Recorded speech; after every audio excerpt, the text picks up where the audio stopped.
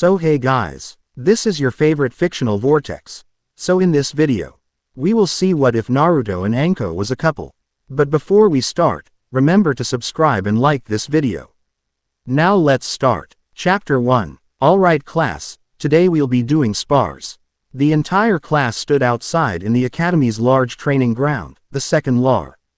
Just in Konohagakure, the village hidden in the leaves, second only to training ground 44 aka the Forest of Death. The instructor of the class was a chunin with a scar across his nose and brown hair tied into a short ponytail. Iruka-sensei, I want to fight Sasuke Tem. Iruka looked over at a boy in bright orange with blonde hair and whisker marks on his cheeks. Naruto, I can't let the top of the class spar the bottom.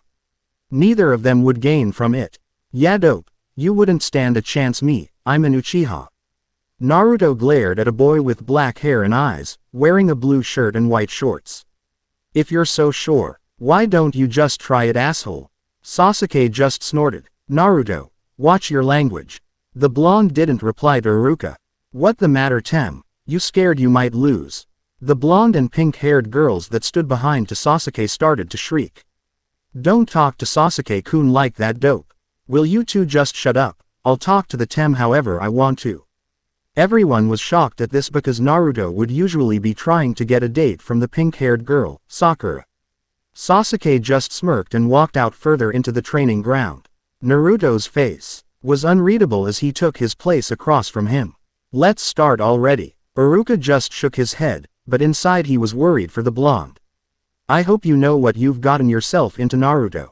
Tell you what dope, I'll give you a handicap, I won't use any jutsu to make this fairer. Fuck you Tem. Naruto put his right hand on the base of his left arm. I don't need nor do I want your pity. Naruto tilted his head to both sides, getting a crack each time and rolled his shoulders. Ready when you are Tem. Sasuke smirked and got into the academy taught ready stance and Iruka was again shaking his head. The chunin raised his arm above his head and, after a look towards both fighters, quickly brought it down. Begin. Sasuke charged forward, intent of finishing this fight quickly.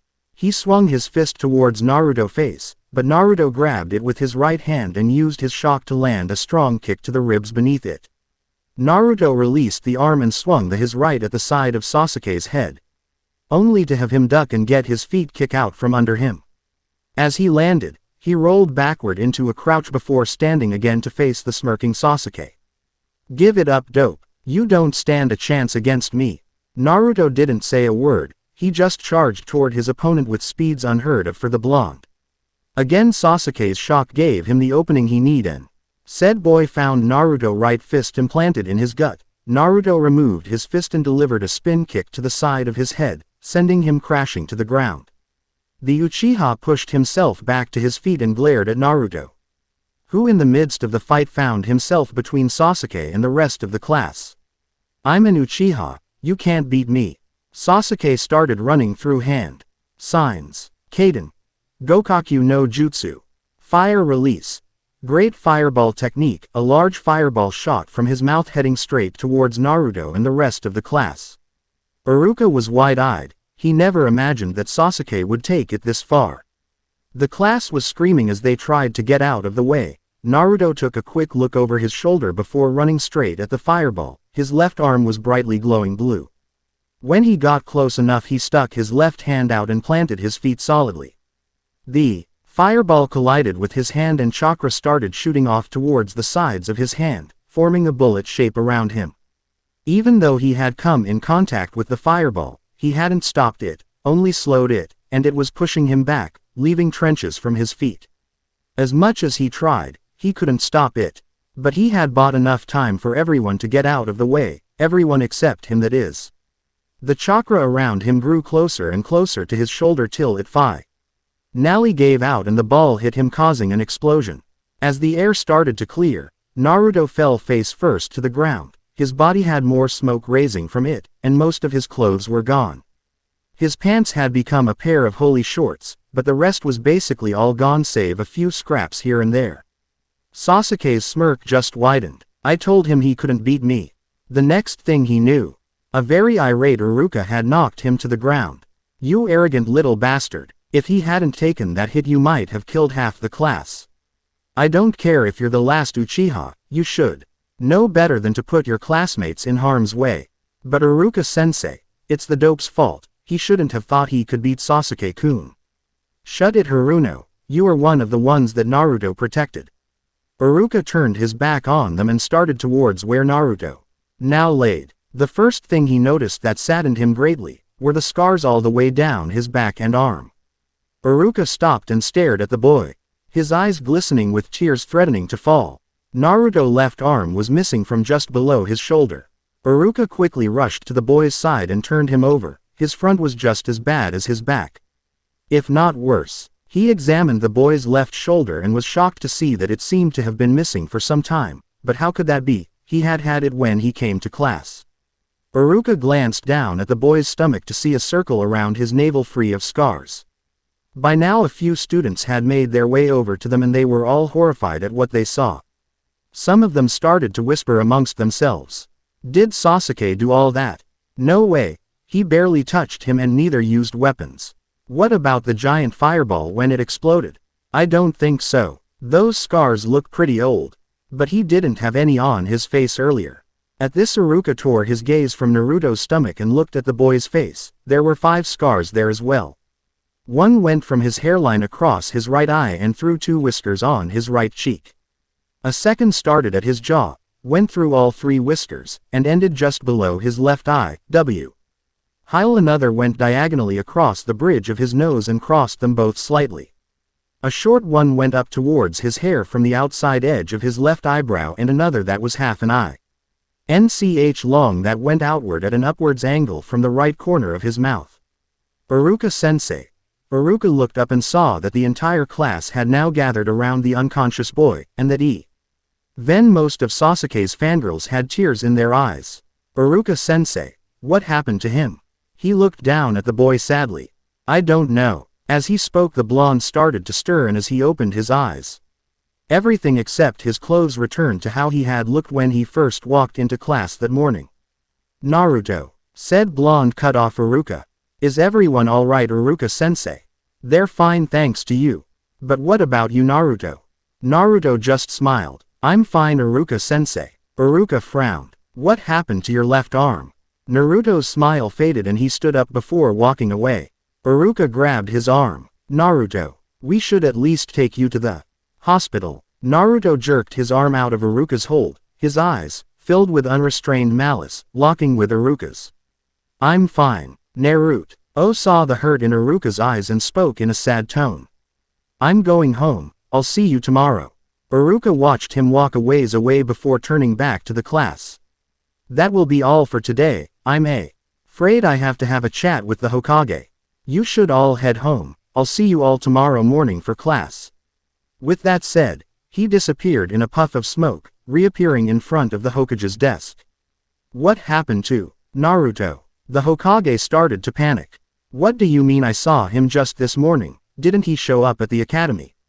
Yes he did, but when he sparred with Sasuke Uchiha, he took a hit from a large fireball to protect his classmates and fell unconscious. I'm not sure how he survived, but I have a good guess. But what I want to know is why he was covered in scars, 5 of which are on his face, and had no left arm, and why they appeared as though they had been there a while. The Hokage's mouth was hung open and he was letting off a restrained amount of killing intent. He looked fine this morning. How could this be possible? He looked fine when he walked into class too. But once he fell unconscious, they were there and were gone again when he woke up. I would say genjutsu, but his scores in that field are almost as bad as Rock Lee's were last year. We had always assumed that Kyuubi was helping healing him because he never had a scratch on him after he was discharged from the hospital.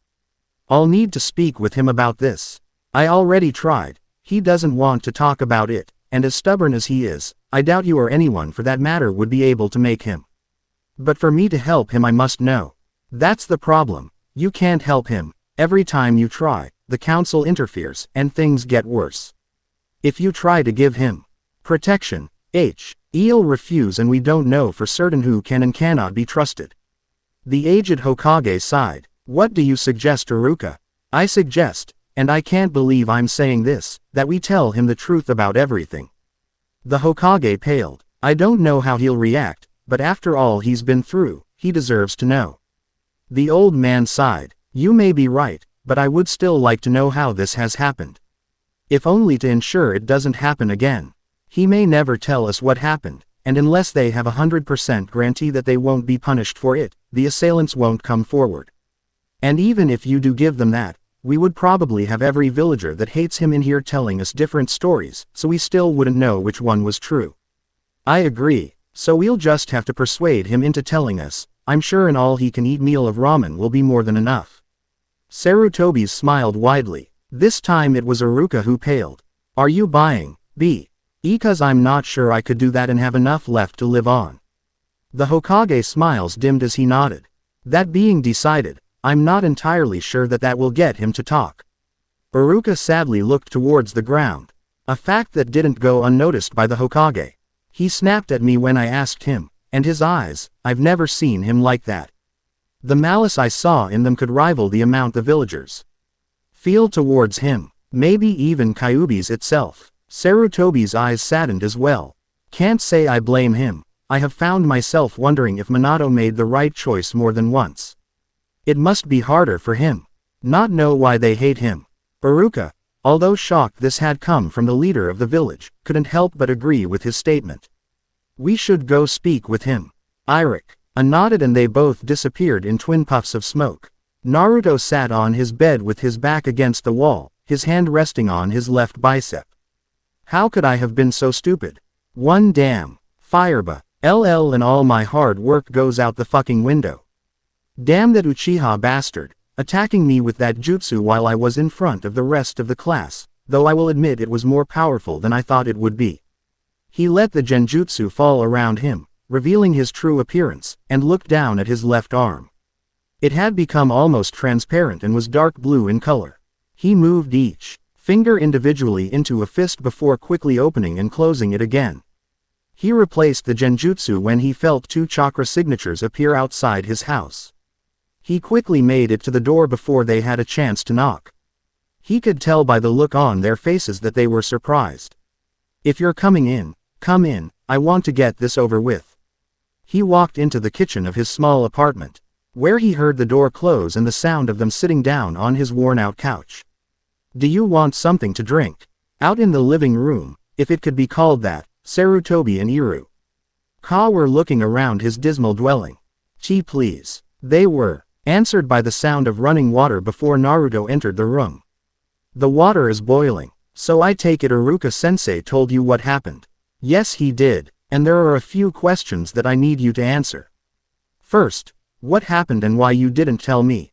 It wasn't all done at the same time, I don't recall most of it and what I do is all blurred together. I didn't tell you because it wouldn't change the fact that it happened. You still should have told me. I can't do anything if I don't know what's happening. Well, obviously what you do when you do know isn't enough if they keep attacking me. Both adults looked sad, but Iruka looked mad as well. Naruto, don't speak to the Hokage like that. It's all right Iruka, he's above everyone else has the right to be angry. There was a sharp whistling from the kitchen and Naruto got up to fix the tea. He came back and handed a cup to each of them at the same time. Again they were shocked. Naruto, how are you able to do that? Iruka said your left arm was gone. Naruto sighed and released the genjutsu again. Both of their jaws dropped. Pure chakra. How could Nay have felt that much chakra being put out? And how can you have any chakra left for the academy jutsu? I've always had a lot of chakra, making the arm as close to solid as I can and the genjutsu uses up about half of it. As for why no one's felt it, I don't really know. I still kind of new to the sensing thing. I didn't even know what it was till last year. As it is I can only sense sources, but not who or how powerful they are. Sarutobi was chuckling while shaking his head. You are further along than you think. Most ninja don't start sensing chakras till they're chunin at least. As for how you're suppressing your chakra, it could be that you are doing it subconsciously in an attempt to stay hidden for others. Naruto shrugged and took a sip from his own cup. Naruto, do you remember how you lost your arm, or even when? The night of the Uchiha massacre, an Anbu attacked me outside the grocery store near their compound, though he did seem surprised when the henge dropped. Then again, I did transform into an Uchiha I had seen, so he was probably the guy that orchestrated the massacre and thought I really was who I was pretending to be. If you were able to convince an Anbu you were someone else, why can you barely do a passable one in my class? He held up his chakra hand. I only have one hand to mold chakra with, and I guess I overcompensate with more chakra. I'm able to do Henge and Kawarimi fairly well, but it isn't likely that I'll be able to use Bunshin again. They looked at him confused.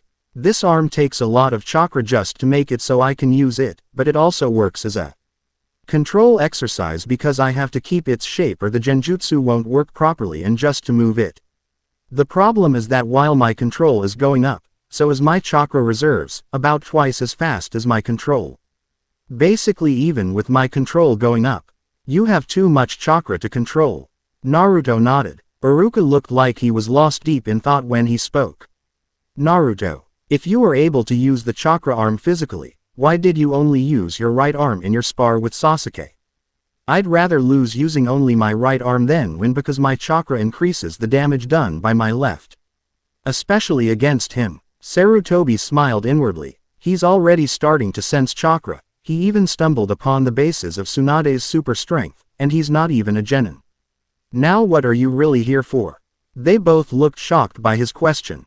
If you were only going to ask me these questions, you would have summoned me to your office, Oji-san. The only reason for you to come out here to the wastelands is if what you have to say is meant to stay between us.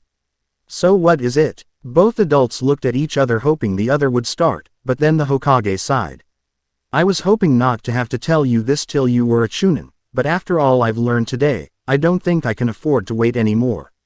Naruto, I'm going to put this as bluntly as I can, the night you were born. The Yondaime sealed the Kyuubi no Yoko within you. Both he and Iruka braced themselves for the yelling, ranting, and the more than likely temper tantrum that would come, but it didn't. Is that it? Iruka's jaw dropped. What do you mean, is that it? You were just told that you have a demon sealed in you and that's all you have to say. Well yeah, I've known for a while. She's really not so bad once you get used to the sadist. Kyuubi is female. It's not so hard to believe, especially after knowing Tsunade. Now, how did you find out? The Hokage had a seriously scary face. But it didn't come close to phasing Naruto. Happened just after the Anbu cut off my arm. Flashback. A 7-year-old Naruto woke up to find himself in a place that was dark and wet. For he was laying on his back in knee-deep water. The memory of what had occurred passed through his vision and his right hand immediately went to his stump of the left shoulder. He found it odd that he felt no pain from the spot, but knew he shouldn't look a gift horse in the mouth. He pushed himself to his feet and tried to get an idea of where he was. He saw that the walls were made of stone and that he was in a tunnel of some sort. But the presence of the water had him assuming a sewer. Another thing he noticed was that the tunnel he was in was a dead end and that a red light came from the other way. I wonder if I died. One of those books Oji-san gave me said something about seeing a light at the end of a tunnel when they were close to dying. He shrugged. Only one way to find out. The only sounds heard in the tunnel were that of Naruto's legs moving through the water and the resulting waves lapping against the walls. After what seemed like hours of walking, he reached the end of the tunnel. Having passed 3 other passages, he wondered why he had continued towards the red light. He knew why he had passed the first turnoff without a second thoughts was because it had a depressing aura about it. The second had a single door with paper wards all over it with glowing blue characters in a language he didn't recognize. The third was the longest as far as he could tell. But every door was covered in the same wards, but the characters glowed red. The aura of the third tunnel was like nothing he had ever felt and screamed danger and death. But nothing he had seen so far was able to prepare him for what he found at the end of the tunnel. It was a large intricate 2-door gate with another paper ward with the kanji for seal keeping it closed. Naruto walked right up to the gate, placed his hand on the seam of the 2 doors, but stepped back quickly as the whole gated glowed blue for a moment. Then he felt the same aura as he had from the third tunnel and a dark chuckle come from within the gate. He took a few more steps away from the gate before he noticed the 2 large red eyes with cat-like pupils staring down at him from near the top of the gate. ASM. Eel of large sharp fangs appeared below them. Oh my, I hadn't expected you for some time, or I would have tidied up a bit. Another chuckle was emitted from the creature.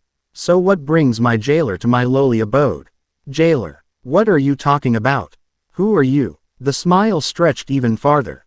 Oh, they haven't even told you. Well then, allow me to explain. The opposite side of the Gaitu, as lit up by the same red glow that led him here, and what he saw made him fall over in shock and slight fear. The glow was coming from the creature, that he now identified as being dog-like with 9 tails swishing around behind it. I am the Kyuubi no Yoko, strongest of the Kitsune demon clan and queen of demons. The now identified Kyuubi basked in the silence of her jailer, assuming it was Fro. Awe and fear until she heard a quiet chuckle which soon turned into full-blown laughter. Her head tilted to the side as she observed her jailer until his laughter stopped. Why were you laughing? Are you not afraid? Naruto's face was covered in a very fox-like smile. I just realized how obvious it was why the villagers hate me. My birthday, the names, the whisker marks. I've been so stupid. Now it was Kyuubi's turn to be shocked. They hate you for containing me. You don't know. They think I am you. How can you be sealed in me and not know? I've been cut off from anything outside this until you touched the seal, and I've been too occupied to look through your memories. Hope you don't mind. I'll be out of it for a bit. If you do, too damn bad. Not at all. If you're even half as bad as they tell us, you'll enjoy what you see greatly. Again the Kyuubi tilted her head to the side, but stayed quiet before her eyes were enveloped by the darkness. Naruto laid back down, floating on his back. His ears were underwater and he just stared off into space as he waited for Kyuubi to finish. Eventually his eyes closed and he thought of what could possibly be in the second tunnel, as he was now pretty sure of what the other two were. In the end he came up with 2 guesses that were more likely than the others, a bloodline, or a forcefully repressed memory. He felt more than heard the growl indicating Kyuubi's return, and the amount of killing intent made it hard for him to force himself to stand. He saw both sadness and anger in the demoness eyes. The red glow returned and Kyuubi seemed to dissolve into it before the aura took the form of a human. In place of the giant fox stood a woman that looked to be in her 20s with red hair that went down to her mid-back. Her eyes were the same. She had the same whisker marks as Naruto, but they were wider and more defined, and she wore a formal black kimono with a red and white fox on the front and the kanji for fox on the back in red. Naruto's jaw dropped. If he didn't know she was a demon, he might have mistaken her for an angel. Remove your coat and shirt. He shrugged and did so, revealing nothing but unmarked skin. The technique too. He did so without a moment's hesitation. Immediately the amount of killing intent doubled. They call you a demon, and when they do this to a kit, even true demons don't treat kits like this. One of them used you to save them and they blame the tool of their salvation. Her rant came to an end when she noticed that Naruto was on his knees from the amount of killing intent she was letting off. This was also the first time she had taken a good look at his face, and he noticed her frown deepen. What? I'm not used to being exposed to so much unfocused killing intent. It's not that you reacted that way. Frankly, I'd be angrier if you didn't. It's just you look remarkably similar to the one who placed me here. Are the two of you related? I wouldn't know, would I? You've seen my memories. You should know I'm an orphan. You're right. Sorry. She bowed her head slightly. He casually waved it off. It's fine. We have bigger things to worry about anyway, such as my missing left arm and the fact that until now my henge has kept everyone in the dark about my scars. Well, I can't regenerate whole limbs, but I can teach you a better disguising technique. But not before someone finds me.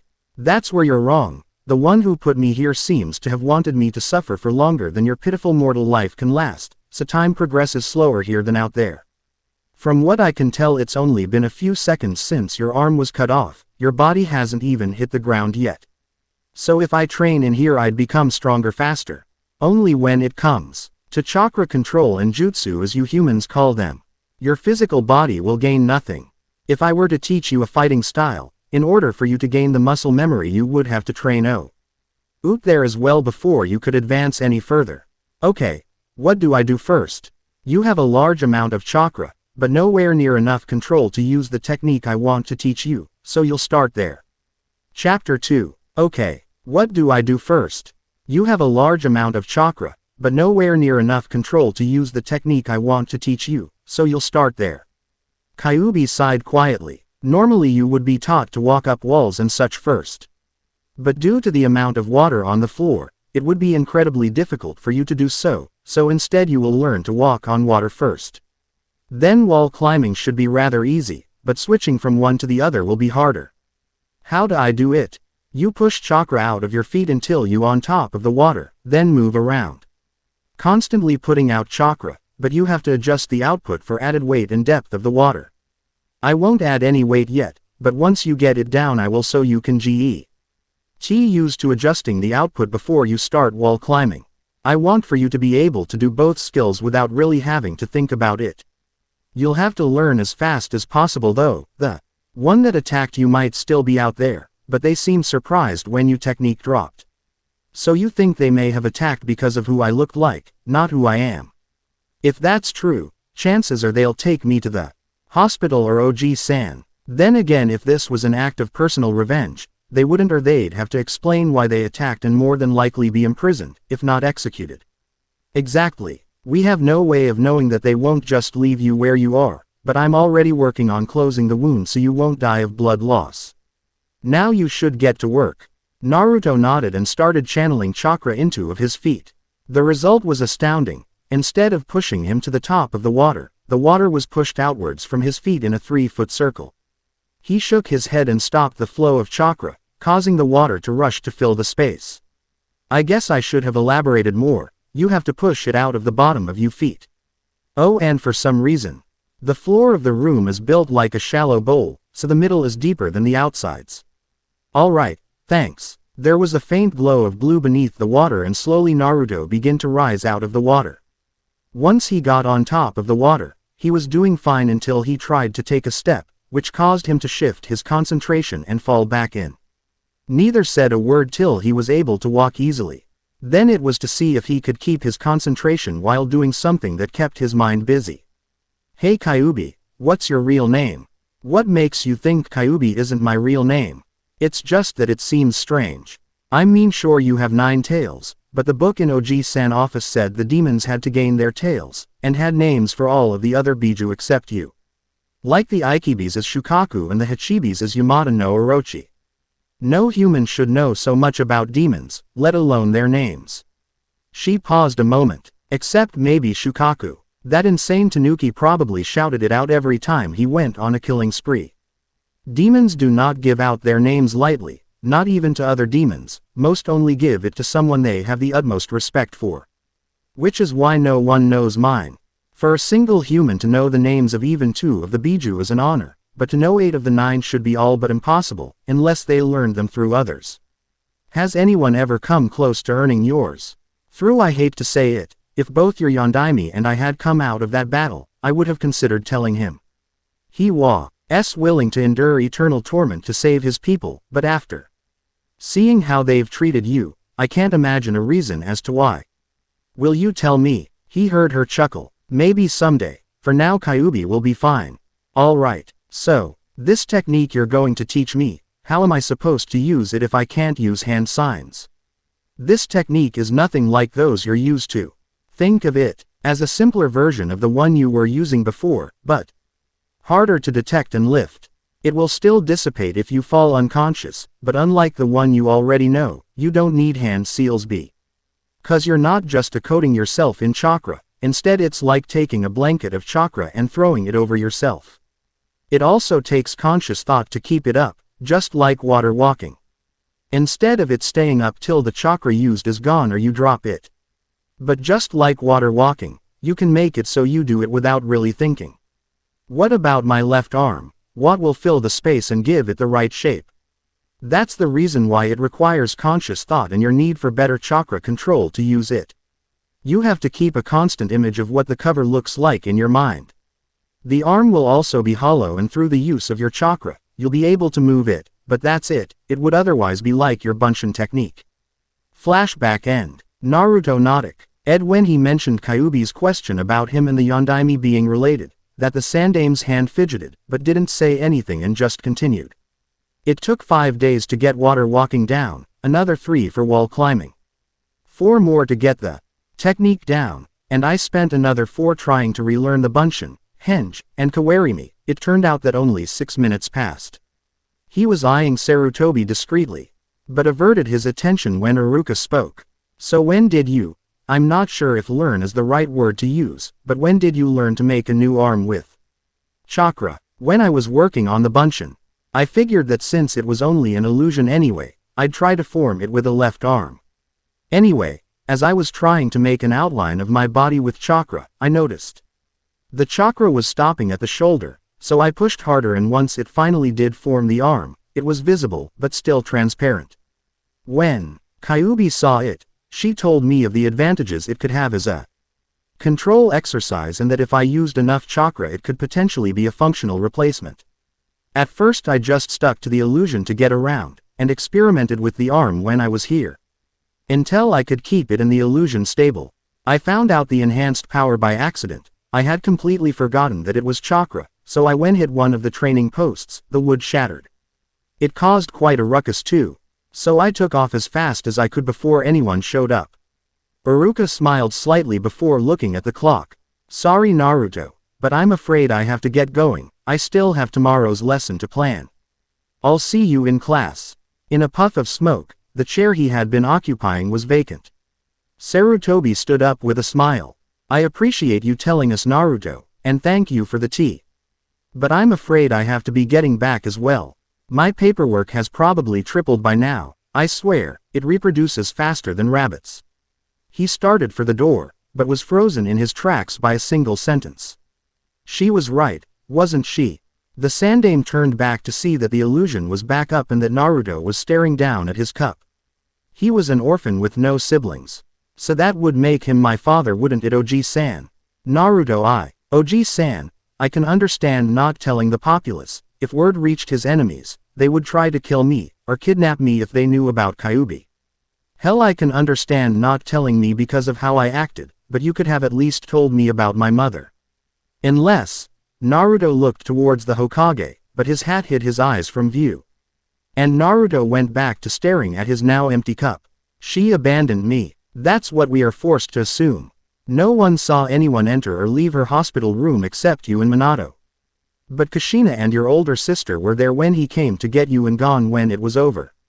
Before you ask, I never learned your sister's name. I only met her the once, and at the time I was Tr. Ying to talk Minato out of doing the sealing. All I really recall is that she had red hair, just your mother, and that she was almost 2 when you were born. I can't be sure, but I believe that I have it written down somewhere in my office. And if I can't find it, I'm sure my old student Jiraiya will know it. Minato always said he was the closest thing to a father he ever had. If you can find it, that's fine, but if not, it's okay. Chances are she doesn't even know I exist, and if she does, I doubt she'll want to meet me. In any case, I think I've found a way to mold chakra properly, but I need to do a bit more studying before I try, and if it's possible, would you be willing to help me? I'll be happy to help as long as you tell me what it is you're doing when it comes time to. Naruto G. Avenue a nod and received a smile before the Sandaime disappeared with a puff of smoke. After he left, Naruto went into the bathroom to take a shower, and as he passed the mirror, he had to take a double take. He found that he was taller than the illusion he used lead people to believe. If you took it off for more than a few minutes at a time, you might have realized it sooner, Kit.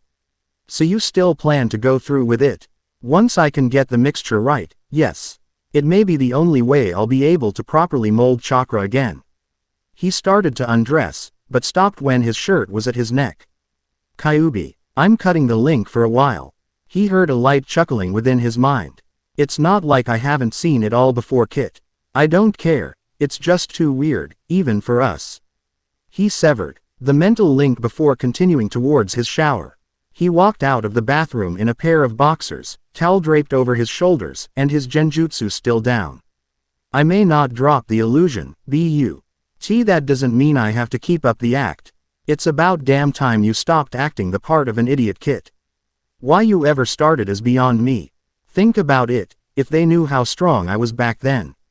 What do you think they would have done? Left you the hell alone. They would have tried harder. The stronger I am, the bigger the threat they see me as.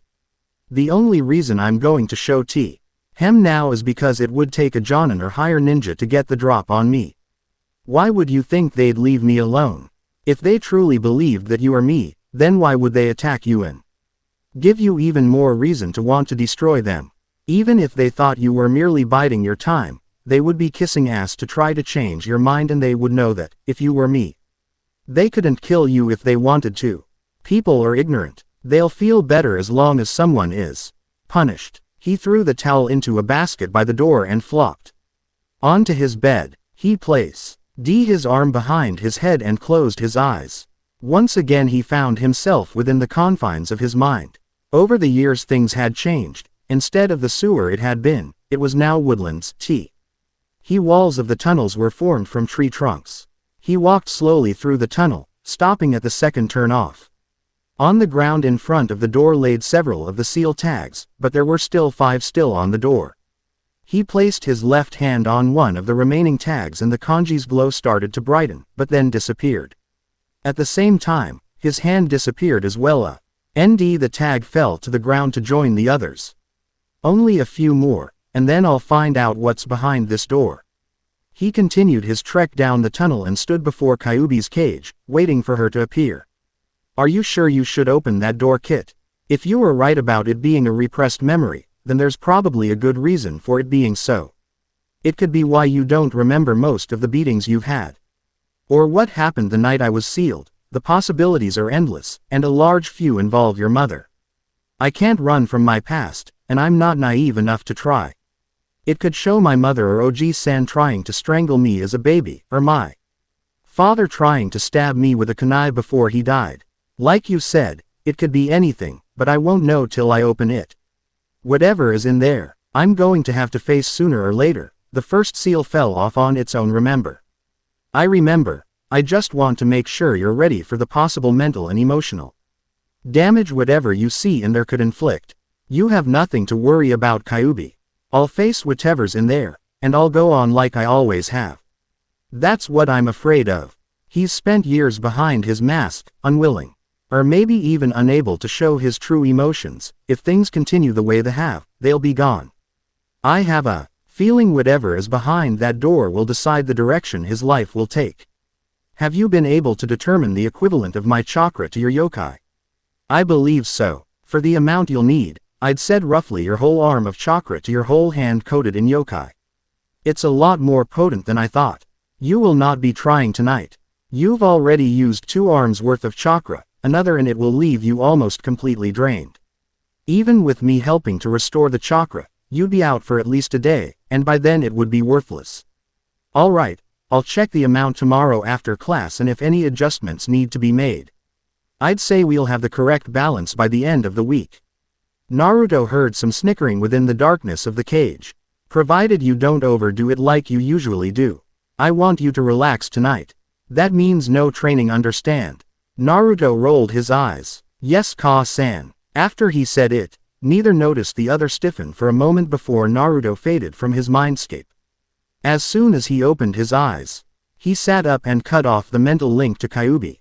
Why did I say that? Sure, I was being sarcastic, but what if she takes it as an insult and decides to ignore me like everyone else does? He looked down sadly. It's not like she'd ever think of me like that anyway. I mean, I'm human, why would she care about me like that? Inside her cell, Kyuubi was having similar thoughts. I know he didn't mean what he said, but I kind of wish he had. He's the closest thing I've ever had to a kid of my own. But he'd never see me like that, and even if he did, he'd probably be too afraid that I'd get upset if he told me. Would he even want a mother since his abandoned him? Next morning, after doing his morning routine of going to the bathroom, eating, taking a shower, brushing his teeth, and forming his chakra arm and genjutsu adjusted to his newfound height, Naruto went to his closest and stuck said arm towards it. The image of the closet shimmered and then, as though formed by heat, it phased away. Where there was once a mass of orange coats and a plain 3-drawer dresser, there was now a 3-drawer dresser with a spiral like the one on the back of his orange coat.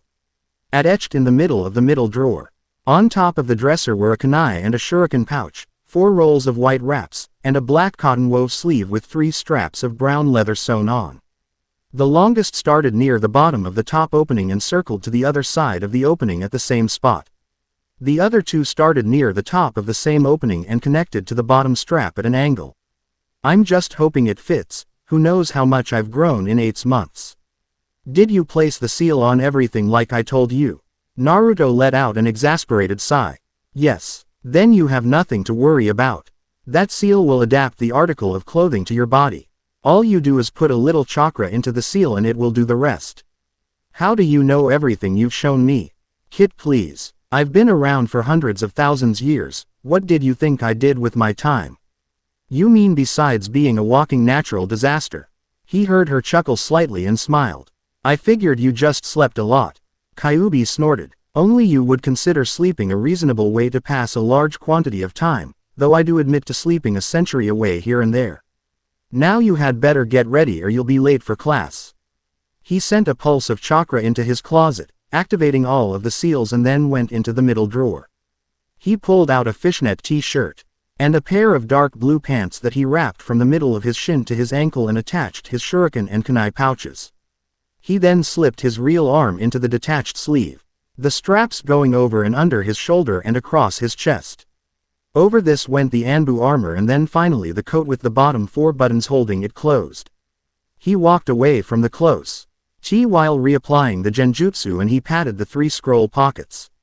4 extra kunai pouches, same for shuriken, 160 feet of ninja wire, 100 yards of rope, a tent, 3 more SC rolls with enough food to feed a family for a month, and a 4th scroll for cooking equipment. Sealing scrolls kick ass. Seeing as it was nearly 7, Naruto left his apartment and started for the academy via the rooftops. When he arrived, there was only one other student, but Naruto didn't pay him any mind as the other person wouldn't him. Before Naruto walked into the classroom, he used his genjutsu to hide his whisker marks. Iruka looked up from his desk and his face paled. Yondaime-sama. A fox-like grin spread across his face as the whisker mark slowly came into view. You can she asked if I was related to him. Iruka put his right hand to his chest as he tried to catch his breath. Naruto, are you trying to give me a heart attack? Naruto didn't say anything, he just stood there with a smile as he saw Iruka give him a once-over. Dear Kami, it's a miracle, you're not wearing orange. And look, you even got taller. Iruka had been hoping to get a rise out of the blonde, but was surprised when the smile stayed in place. Yeah, I decided it was time to stop acting the part of the idiot, and turns out that because of my technique, I had grown without noticing it. Everything you see is what I look like, minus the scars and arm. Iruka smiled. I have to say, your clothing looks a lot like a special jonin I know. Short purple hair tied in a ponytail similar to yours, tan trench coat, fishnet shirt, brownish-orange skirt, and scares the hell out of almost everyone she meets. Yeah, that her, you know her. Nope, but I've seen her around town before. Had dinner with her once at this dango place, but she didn't know it was me. Iruka couldn't help but laugh. Oh, how cute little Naruto first date, and he had a thing for older women. All joking aside, how did you manage for her not to know it was you?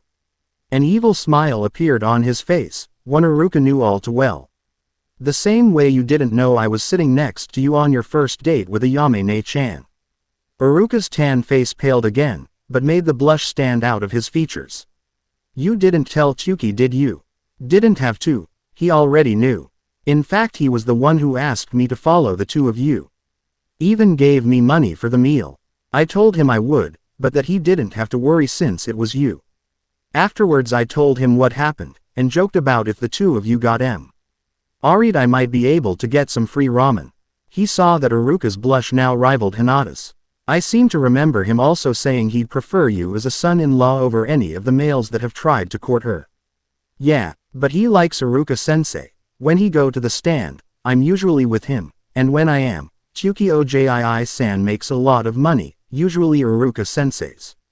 Since then, he hasn't asked me to spy on you guys. I guess he trusts you. Naruto looked over at the clock. The first few students should start coming in soon, better go sit down. So how should we explain your sudden changes to the class? Not to mention what they saw yesterday. Don't. He looked at Naruto back as the blonde walked to the back of the room and sat in the last row, with his chair leaned back against the wall, and closed his eyes. After a few moments, he heard the door open, several chairs being pulled out, and felt the stairs, but paid them no mind until he heard the chair beside him moved. "Good morning, Uzumaki-san. I would recommend you not sit like that much longer. I saw Inuzuka-san not far behind me on my way in." Naruto immediately put all 4 of the chair's legs on the ground and I led at the boy next to him in the sunglasses and coat. "Thanks for the heads up, Aburame-san, and please, call me Naruto." "Very well, my name is Shino. Excuse me if I inquire something you do not wish to speak about. But what has caused such dramatic changes to you?" "It's all right. The truth is that I've had something similar to a henj-on for a while. This is the real me more or less, but you would have seen that yesterday. I'd prefer not to talk about that though. Anyway, I got tired of pretending to be someone I'm not, so I decided to stop." "I see. My insects told me they had smelt excess chakra around you. However, I could not sense it. Are you able to suppress your chakra?" "I guess. I was told I might be doing it subconsciously since I've never learned how to." "I only have one more question. Why sit here when you could easily sit anywhere else? Aside from the fact that I'd be badger relentlessly, I knew you of all people would appreciate how much work goes into being someone you're not." Naruto was the only one who saw a grin on Shino. "So you noticed?" "Yes, and though I don't mind that I got in trouble for most of them, did you have to use such a high-grade adhesive in the teacher's lounge? It took forever to clean up that mess, not to mention having to get a few genin who were on a D-rank mission unstuck." Shino's grin only widened in response. Naruto had a matchin' grin as he shook his head and turned towards the front where Iruka stood while the other students whispered. "Now class, in regards to yesterday's sparring mishap, I don't want any of you hounding Naruto about what you saw. Everyone is entitled to secrets, and if I catch any of you doing so, there will be consequences." A boy with a dog on his head snorted. "Not like we could anyway, the dope didn't even show up." "And who's the new guy up by Shino? Are all Inuzuka as inept as you when it comes to recognizing a person sent Kiba? If they are, I don't see how they became Konoha's tracking specialists over clans like the Aburame and Hyuga." The voice everyone knew had them looking around for the source, only for their eyes to land on the new guy. "So you're hiding behind a new disguise dope, trying to make yourself look cool."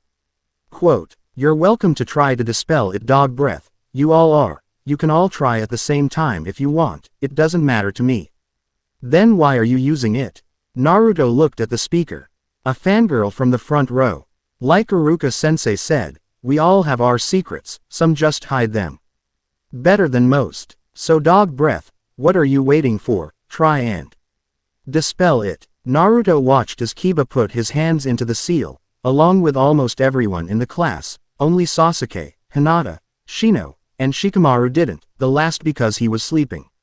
They all saint ared intently as they muttered the word Kai, and a massive pulse of chakra flowed throughout the room, and Naruto just sat there.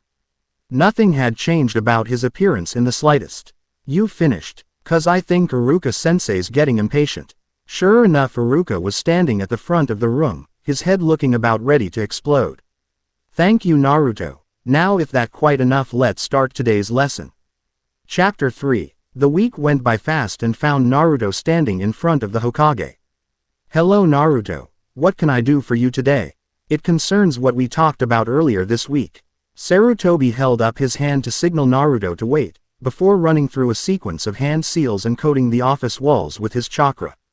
After the chakra enveloped the whole room, he motioned for Naruto to continue. "Not really sure that was necessary, OG-san, but whatever. I figured out what I have to do to mold chakra properly again, and I'm going to need your help more than I realized." "Really? Why's that?" "Well, for starters, you can mold chakra properly. I can't write with my left hand, and even if I could, I'm probably going to be a little lightheaded. So I'm basically going to do everything." "I don't have a problem with that, but you still haven't told me what you have planned, and I'd like to know why you'll be lightheaded." "Written seals on my body in the form of each hand signs character written with my blood endowed with an equal amount of my chakra and Kyuubi's yokai." The reason I'll be lightheaded is because the chakra and yokai will make the blood dry faster than it normally would. So I may have to give more. Couldn't we just use ink? Unfortunately no. Kyuubi's yokai destroys any foreign substance in my body before my own immune system can start to work. What I need you to do after writing each is to seal it with the corresponding hand sign. This will make it so when I push chakra into the characters, they'll mold it the right way. So, are you willing to help? Yes, but I'd like to do it as quickly as possible, not only so you don't lose too much blood, but also because I still have all this damn paperwork to do. He sent such a heated, glared at the pile of papers that Naruto was surprised it didn't burst into flames, and chuckled. Naruto pushed up his sleeve and tucked it inside of his trench coat. Sounds good OGN. Naruto pulled out a scroll from his kunai pouch and from it he unsealed a large ink well and a brush, the latter of which he handed to the sandame. Taking out a kunai, he cut his forearm and held it over the opening of the ink well while clenching and unclenching his hand to speed up the flow of blood. When the blood stopped, the ink well was about a quarter of the way full. Okay Kyuubi, it's time. He got a mental nod and a red aura appeared around his right hand, while his left arm showed itself for what it was. He placed both hands at the opening of the ink well and both started to drain into the blood, the blue faster than the red. As soon as both were gone, the sandame grabbed the ink well and started his task. Throughout the process, Naruto was mostly out of it due to the amount of blood he had lost. But he could feel when each of the characters were sealed, so after close to 5 minutes, you can imagine his surprise when he felt the 13th character sealed. There we go, all done and you didn't even need to give any more blood, but it was close, the amount that's left over is getting crusty. Naruto tried to shift in his seat, but fell forward and Sarutobi pushed him back up straight. You should just rest for now. You gave a lot of blood and it will take a little while before you're well enough to get up. Naruto's face was a little pale, but his eyes hadn't lost any of their brightness. What was that last one OG-san? There are only 12 hand signs. The sandame smiled. Well Naruto, while I was doing the others, I thought about what you told Iruka and I realized that even with these seals, you wouldn't be able to use the normal bunshin because your chakra reserves are so high, so I placed another character that represented the single hand seal for an advanced version of bunshin called Kage Bunshin. If it's an advanced version of bunshin, why not get rid of the normal one and teach it to academy students? It's a kinjutsu. Naruto's eyes got wide and he stared at the sandame in shock. To which the old man laughed. Don't worry, I wouldn't have done what I did if it were dangerous. The reason it's a kinjutsu is because these clones aren't illusions. They're solid and your chakra is split between every clone evenly, something you have in spades, unless you want it otherwise. It's also because of the strain they put on the user's mind, but only if used in large quantities. I don't understand, why would there be strain on the user? Well, because when they are dispelled mind you, not destroyed, they send everything they lear Ned during their life, back to the original, but if too many are used, the strain could be so much that the user could become comatose. So they're solid clones, that can send information back if they're dispelled. He got a nod from the sandame. So they could be used for, I don't know, doing paperwork. Yay! Sarutobi slapped his hand against his face. How didn't I think of that before? I knew giving you this jutsu was a good idea. Not only did it solve your bunshin problem, but gave me the ultimate weapon to defeating the terror known as paperwork. The sandame started to cackle evil. Why is he made a cross with both of his pointer and index fingers? Kage Bunshin no Jutsu. In a small cloud of smoke there were 5 more of the aged Hokage, which immediately started to tear through the stacks of papers, pens in hand. When he turned back to Naruto, he was looking at the seals on his bicep. There were 3 bands of 4, the top being Bunta, Pig, Habi, Snake, Tora, Tiger, and Ohitsuji, Ram, the second being Nezumi, Rat, Uma, Horse, Ryu, Dragon, and Tori, Bird, the third being Inu, Dog, Usagi, Rabbit, Aoshi, Ox, and Saru, Monkey, below all of which was a single character, Juji, Cross. Naruto pushed a small amount of chakra into 3 seals one at a time and they glowed blue for a second before he was gone, and in his place was one of the Sandame's clones, who was looking around confused. Thanks OG-san, for everything. They work perfectly, so now all I have to do is get used to using them without looking at my arm and I'll be set. I'm going to go get started OG-san. Genin exams coming up soon after all. Alright, but don't overdo it. Your body won't replace all that blood for a few more hours, and good luck with the exams. You don't have to worry about that OG-san. She'll find some way to stop me if I'm pushing myself too hard, she always does. Sarutobi chuckled. At least one of you know when to call it quits. The following month went quickly and it was time for the Genin exams, and in the time since he learned about his parents, he had moved up in the standings of the class, not much, but he was no longer dead last. Also in that time, he had removed another 3 of the seal tags from the door in his mind, and it seemed that a new daily activity was taken up by most of the class, trying to dispel Naruto's genjutsu. Naru, sighed as he walked to his seat beside Shino when he felt another massive pulse of chakra tear through the room. There was another pulse when he sat down, followed by another every 5 minutes till Iruka walked into the class with a silver-haired, bandana-wearing Chunin. Upon seeing them, the class settled down with little provocation. Class, this is Mizuki-sensei, he's here to help with the exams today. I want all of you to give him the same respect you would me. That being said, let's get things started with the written test. Iruka handed out the papers to one side of the class, while Mizuki did the other. The last person being Naruto. As soon as he got close to Naruto, the blonde could feel the genjutsu, and when the silver hair man turned around, Naruto passed his left hand over the paper, dispelling it. Idiot. That genjutsu was pathetic, only someone as stupid as he is would fall for it. He then made quick work of the questions. In the Hokage's office, Sarutobi was standing with the Jonin who were chosen or volunteered to be the senseis for the Genin teams this year. In front of them was a crystal ball that showed the classroom. One of the Jonin closest to the Hokage spoke up upon seeing a blonde dispel a genjutsu over his test. She had wild black hair and ruby red eyes with darker red pupils and wore a dress of woven stripes of white cloth with a single red sleeve on the right side. Hokage-sama, shouldn't someone do something? That instructor just tried to make that student fail using genjutsu. One of the other Jonin snorted. Who cares, it didn't work. Bested. I say the guys do everyone a favor in preventing that dem. The man found a kunai at his throat, which was held by a man with gravity-defying gray hair, wearing a standard Jonin uniform with a mask covering the bottom half of his face and his hitai tilted over his left eye, while glaring at the man with his uncovered eye. Finish that sentence and I kill you where you stand.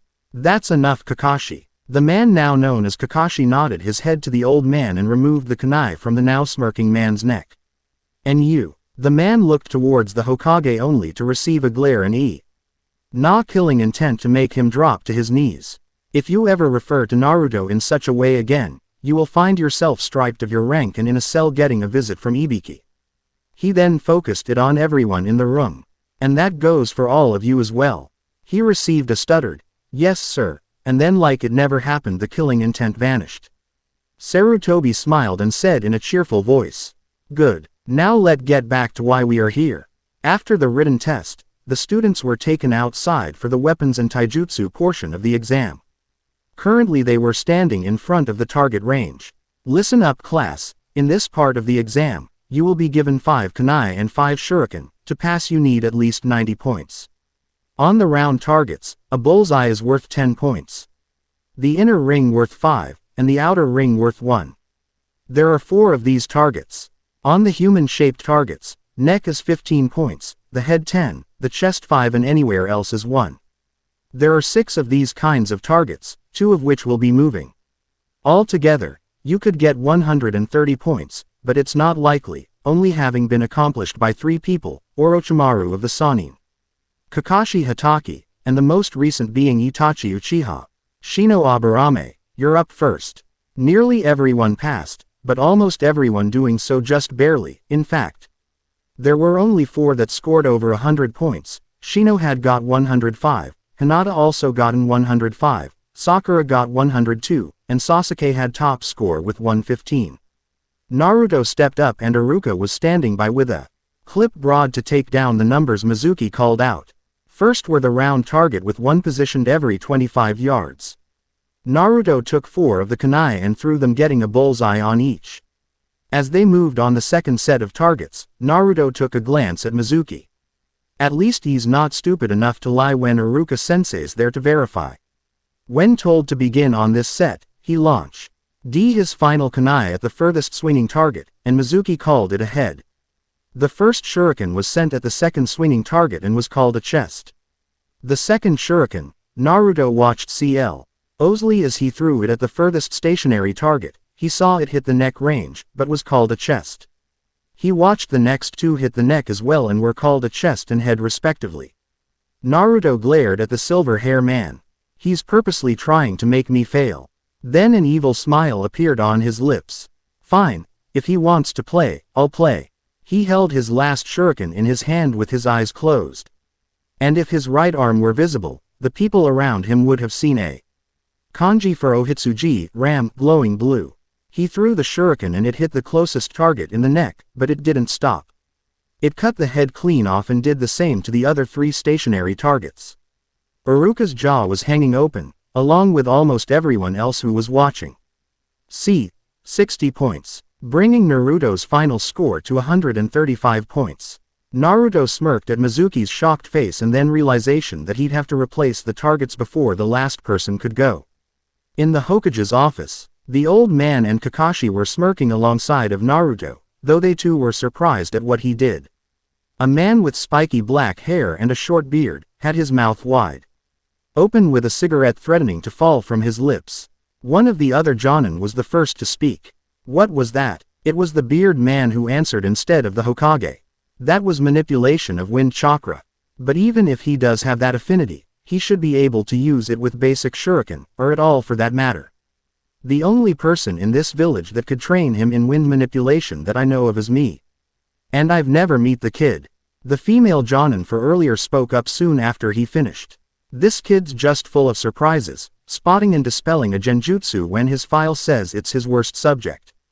Being able to use his elemental affinity to such a degree without being trained, and getting 5 points over the supposedly highest score possible, makes a person wonder what he's going to do next. Everyone else in the room couldn't help but nod. For the taijutsu test, students had to go up against Mizuki. The rules were simple, still within the ring and taijutsu only. The longer a student stayed in the ring, the better the score. If a student was able to knock Mizuki out of the ring, they got full score, and were rewarded extra points depending on how long it took them to do so. Naruto stood in line waiting for his turn while watching the students lose one by one, at least till it was Sasuke's turn. After a few exchanges, Naruto saw Mizuki purposely leave himself open for an attack that knocked him out of the ring. Iruka wrote down Sasuke's score on the clipboard. Well done Sasuke. Naruto, you're up. Naruto walked into the ring and when Iruka called for the match to begin, Mizuki shot towards him with full intent to end it quickly. Naruto saw that there was no way for Mizuki to slow down enough to avoid an attack and reared back his left arm. Mizuki saw this and crossed his arms in front of himself for protection, and when Naruto's hand made contact, there was a slight cracking sound as Mizuki went flying out of the ring. Not even waiting for Iruka to say anything, Naruto walked out of the ring. There went back inside for the genjutsu and ninjutsu portions of the exam. Genjutsu was just dispelling one and using henge, while the ninjutsu was kawarimi and bunshin. One by one the students left the room to be tested away from the eyes of the others, so they wouldn't know what they were up against. Iruka came and got Naruto when it was his turn and they went into an empty room except for them and Mizuki. Okay Naruto, you have to dispel a genjutsu and use henge, but you don't have to worry about it if you fail to dispel the genjutsu. It will only put you to sleep for a short time. Iruka nodded to Mizuki and turned back to Naruto while the silver-haired man started making hand seals. Iruka and Mizuki disappeared and then Ubi appeared before him with her claws aimed to kill him and hatred in her eyes.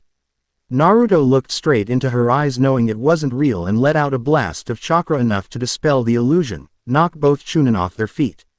and to be felt at the Hokage Tower. Naruto walked over to Mizuki, who was still on the ground, but looking up at Naruto. A piece of advice, sensei. The technique doesn't work on a person who has lived through worse. Mizuki smirked. I know it worked on you. You misunderstand my meaning. True, it may work on them, but what they see won't affect them. Naruto walked over to Iruka and helped him to his feet. So I just have to use henge. The shaky Iruka nodded and Naruto stepped back from him. Naruto's form started to shift and he grew a little taller, his eyes becoming thinner but staying their blue color, his hair growing longer and slightly shaggier, but staying its sun-kissed blonde color and mostly covering a leaf highlight on his forehead, and he lost the whisker marks. His black combat boots turned into dark blue sandals, while his pants stayed the same. His muscle shirt turned into a long-sleeved blue shirt with bands at the wrists and below the elbows, and his Anbu armor turned into a green Jonin vest, while his trench coat lost its shoulder armor and grew sleeves that went to just above the elbows, before turning white with red flames at the bottom, and the kanji for Yondaime Hokage in red on the back. Around his neck was a thin cord with 8 stripes of metal hanging from the front. In his left hand was a 3-pronged kunai with seals on the handle. His middle finger through the ring with his hand raised as if in a greeting, and he had a large smile on his face with his eyes almost completely shut. In the Hokage's office, a red-eyed woman was again glaring at the image of Mizuki. Hokage-sama, this is getting out of hand. That wasn't Nihon Shuja no Jutsu, Temple of Nirvana technique. If I'm not mistaken, that was Mage N. Narukumi no Jutsu, demonic illusion, hell viewing technique. Indeed it is, but Naruto dispelled it quickly, so it has caused no harm and makes me unable to do anything. He also seems to know the technique, or at least know of it. The Sandaime smiled at Naruto's choice of henge. He did quite well at taking the form of my successor, don't you agree, Kakashi? Yes, from the special kunai, right down to the way he used to smile. It's almost frightening how accurate it is.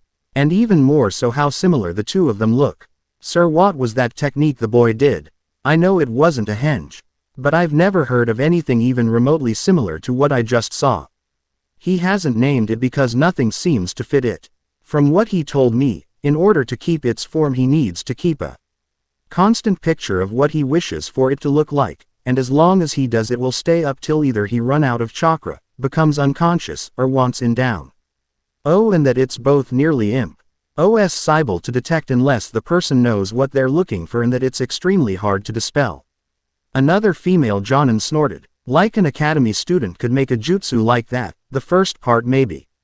But making unable to be detected or dispel, come on. The Hokage caught the speaker in an unwavering stare. He's been running around this village for 5 years with it on constantly, and no one noticed, myself included. Till last month when he was knocked unconscious protecting his classmates from a Kaden jutsu used in a spar. So either what he told me is the truth, or the quality of our ninja is severely lacking. The Jonin bowed her head. Well done, Naruto. Now all that's left is to use Kawarimi and create 3 Bunshin and you pass. Naruto nodded and channeled chakra through 3 seals on his arm. Though neither of the Chunin knew that, and switched places with a chair at the other side of the room. And now the Bunshin. Again he nodded and he channeled a moderate amount of chakra into the kanji for Juji cross. He was shrouded in smoke, and when it cleared there were 10 Narutos standing in the room. Iruka smiled widely. Congratulations, you pass. He pulled out a scroll from his kunai pouch and unsealed a hitai, which he handed to Naruto. You're free to go for today, but come back in a week for team placements. When Naruto walked outside, he felt a chakra signature coming towards him, but could sense any malicious intent towards him, so he ignored it, at least until he felt an arm being draped over his shoulder. Hey there, kid, you wouldn't happen to be Naruto Uzumaki, would you? He turned to come face to face with a woman with purple hair in a spiky ponytail, murky brown eyes, and a smile on her face. From what he could see, she wore a wire mesh shirt under a tan trench coat and had a wood carving hanging around her neck. Her smile widened when she saw he didn't look away from her face. And you would be, like you don't know, from what an old friend of mine tells me. You got a dinner with me under a false name and appearance. Naruto turned his head and glared at the academy. Damn, Iruka-sensei, That's the last time I tell him anything. And next time I'll be sure to eat him into bankruptcy." The woman looked at him confused. Who the hell is Aruka? Now even Naruto looked confused. But he was the only one I told, unless, oh damn you, you senile old monkey. I know you're watching with this year's Jonin Senseis, and I just got one thing to say. Top drawer, left side, under the bingo book, Ika Ika Volume 1 Golden Edition signed by the author. In the Hokage's office, Sarutobi was sweating, even though it felt like was -10 degrees. The men were giving him looks of awe and pity, while the women were sending him icy glares. In movement unlikely to be seen by the Sharingan, he had the book in hand and was bolting for the window, cursing the blonde-haired boy who had give away his secret. Unfortunately for him, they had cut off his intended escape route, and when they went to grab the book, he used Kawarimi to switch places with the Jonin who was going to call Naruto a demon earlier. In their rage, they didn't notice the switch and beat the poor man senseless, only to realize what they'd done and return to glaring at the Sandame, though by now he had re-hidden his book in a new location. Well then, now that you gotten that out of your systems, let's talk teams. Before that though, I would like to say once again that if I find certain placements to be ill-fitting, I will deny it. Since I know that he will be the most fought-over student. Sasuke Uchiha, due to his potential ability to unlock the Sharingan, will be placed with Kakashi, as he is the only person able to teach him the uses and abilities of the Dujutsu. Most of the other Jonin grumbled and left saying it didn't matter who they got, leaving the Hokage and 3 Jonin. Now any specific requests? At once, all 3 people stepped forward. Naruto Uzumaki. The 3 were Kakashi, the red-eyed woman, and the bearded smoker. Sarutobi smiled at this. Well, since you are all interested in him, give me reason why he should be placed with you. Kurenai, would you like to go first? The red-eyed woman nodded. From what I've seen today, he has great potential at genjutsu and would become masterful, if not extraordinary, under the teachings of myself or another genjutsu master. Asuma, the breaded man took a drag from his cigarette. As I said before, I'm the only one we know of that is able to teach him in wind manipulation, and though he is capable of using it with proper training, he could very well rival elite ninja from Suna in the art. And you Kakashi, because of his large chakra reserves, I believe he'd be better suited with a sensei that could teach him how to put it to good use. Not to say that Kurenai's or Asuma's fields are useless, but from what I saw of his taijutsu match, he isn't one to sit idle like he would if he focused on genjutsu. And while his long-range capabilities would increase with wind manipulation training, his single punch against the Chunin suggests that he prefers close range, and with ninjutsu that are both powerful and effective, he could become a juggernaut on the battlefield without relying on his tenant. Sarutobi rubbed his chin in thought. You all bring up excellent points. But I will need to think more on this. Depending on how the rest of your 3 teams turn out, I will make my decision. After Kurenai and Asuma picking 2 genin and Kakashi won, the teams were Kakashi with Sasuke and Sakura, Kurenai with Shino and Hinata, and Asuma with Shikamaru and Ino. The Sandame sighed as he looked over the profiles and recommendations for teammates the Chunin Sensei had sent for the 2 members of each team. While I don't believe it wise to put him on the same team as Sasuke due to the events of last month, and even less so with a member of Sasuke's fan club on the same team, Naruto would be the best off with Kakashi's team. Hiba Inuzuka would be best suited for Kurenai's team, as it is almost already built for tracking. Asuma's team would be best for an information-gathering squad. And while Naruto could provide the muscle for the team, we cannot overlook that the previous Inoshika Cho squad had trained their children to work together, and it would be detrimental to put them on separate teams. Through upset about not getting Naruto, Kurenai and Asuma couldn't help but agree with the old man's reasoning. Now that your teams are settled, the remaining students will be divvied out to the Jonin who were only interested in training the last Uchiha. That's it for this chapter. I know that I left off with Anko and Naruto, but that's for next chapter. Along with meeting the team placements. In case you were wondering how I came up with the scores for Shino, Hinata, Sakura, and Sasuke in the weapons test, here it is. Shino 4 bull's eyes, 3 necks, a head, 2 chests, 40 plus 45 plus 10 plus 10,105. Hinata 4 bull's eyes, 2 necks, 3 heads, a chest 40 plus 30 plus 30 plus 5105. Sakura 2 bull's eyes, an inner ring, an outer ring, 4 necks, a head, a chest 20 plus 5 plus 1 plus 60 plus 10 plus 5101. Sasuke 4 bull's eyes, 4 necks, a head, a chest 40 plus 60 plus 10 plus 5115. Chapter 4. Anko looked on amused as Naruto shouted into the air, and as soon as he stopped, they both felt a sudden drop in temperature. Ian could feel the massive killing intent coming from the Hokage tower, and neither could keep a smirk off their faces. You got some balls for ratting out the Hokage like that, Gaki. For that I'll overlook the fact you tricked me. He nodded quietly, and her smirk turned to a full-blown smile. But that doesn't get you off the hook. For tricking me, you have to pay for dinner. Alright, I'm assuming you have a place in mind. Her smile faltered, having not expected him to agree so easily, but a smirk quickly found its way onto her face. Damn right I do. Lead the way, Haim. Anko turned to hide the blush that now shone on her cheeks, something Naruto noticed but didn't mention, and headed off in towards the village's north wall. They eventually arrived at a small dango stand, and Anko ate her way inside with Naruto just behind her. When the man behind the counter saw Naruto, he snarled, "I refuse to serve that thing. It's bad enough I have to serve that traitorous bitch." Though the last part was mumbled to himself, Naruto heard it as clear as a bell. Naruto closed his eyes and Anko frowned. So much for that ballsy attitude he had before, probably was just because the Hokage wasn't there. Anko opened her mouth to say as much, but was stopped short by Naruto's eyes flashing open. His crystal blue eyes had taken on an icy blue glow, and though he wasn't projecting any killing intent, she saw the man shudder and felt a chill crawl up even her spine. You seem to be of a mind that you have a choice in the matter.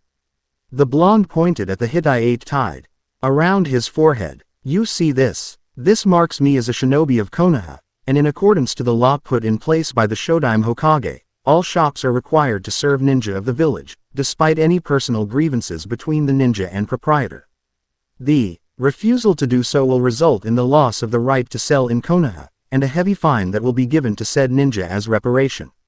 Are you still going to refuse me service?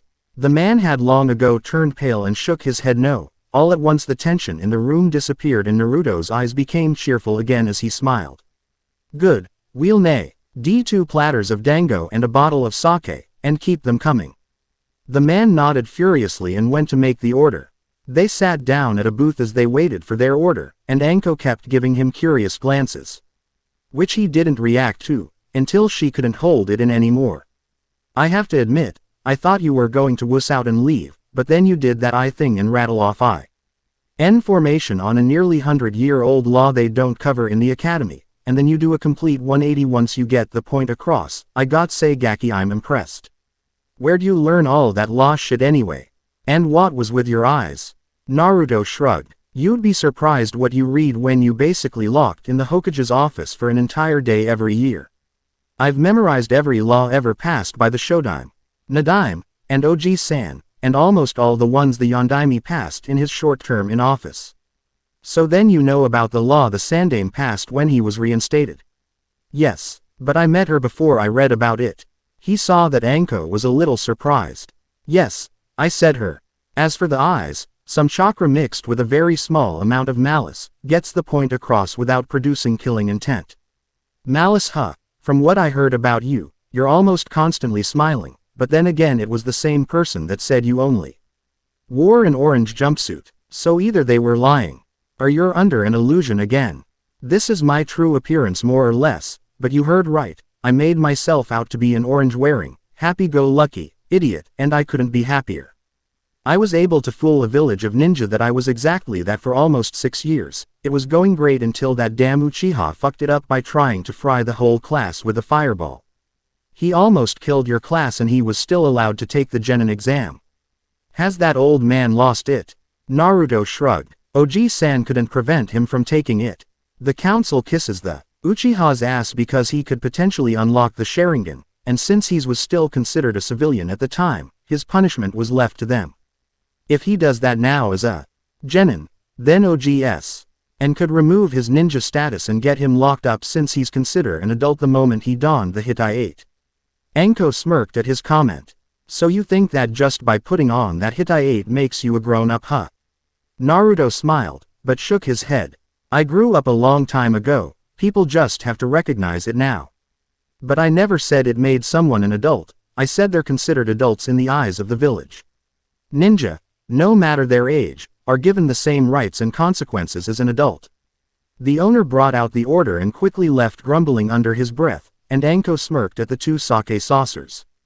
In that case, have a drink.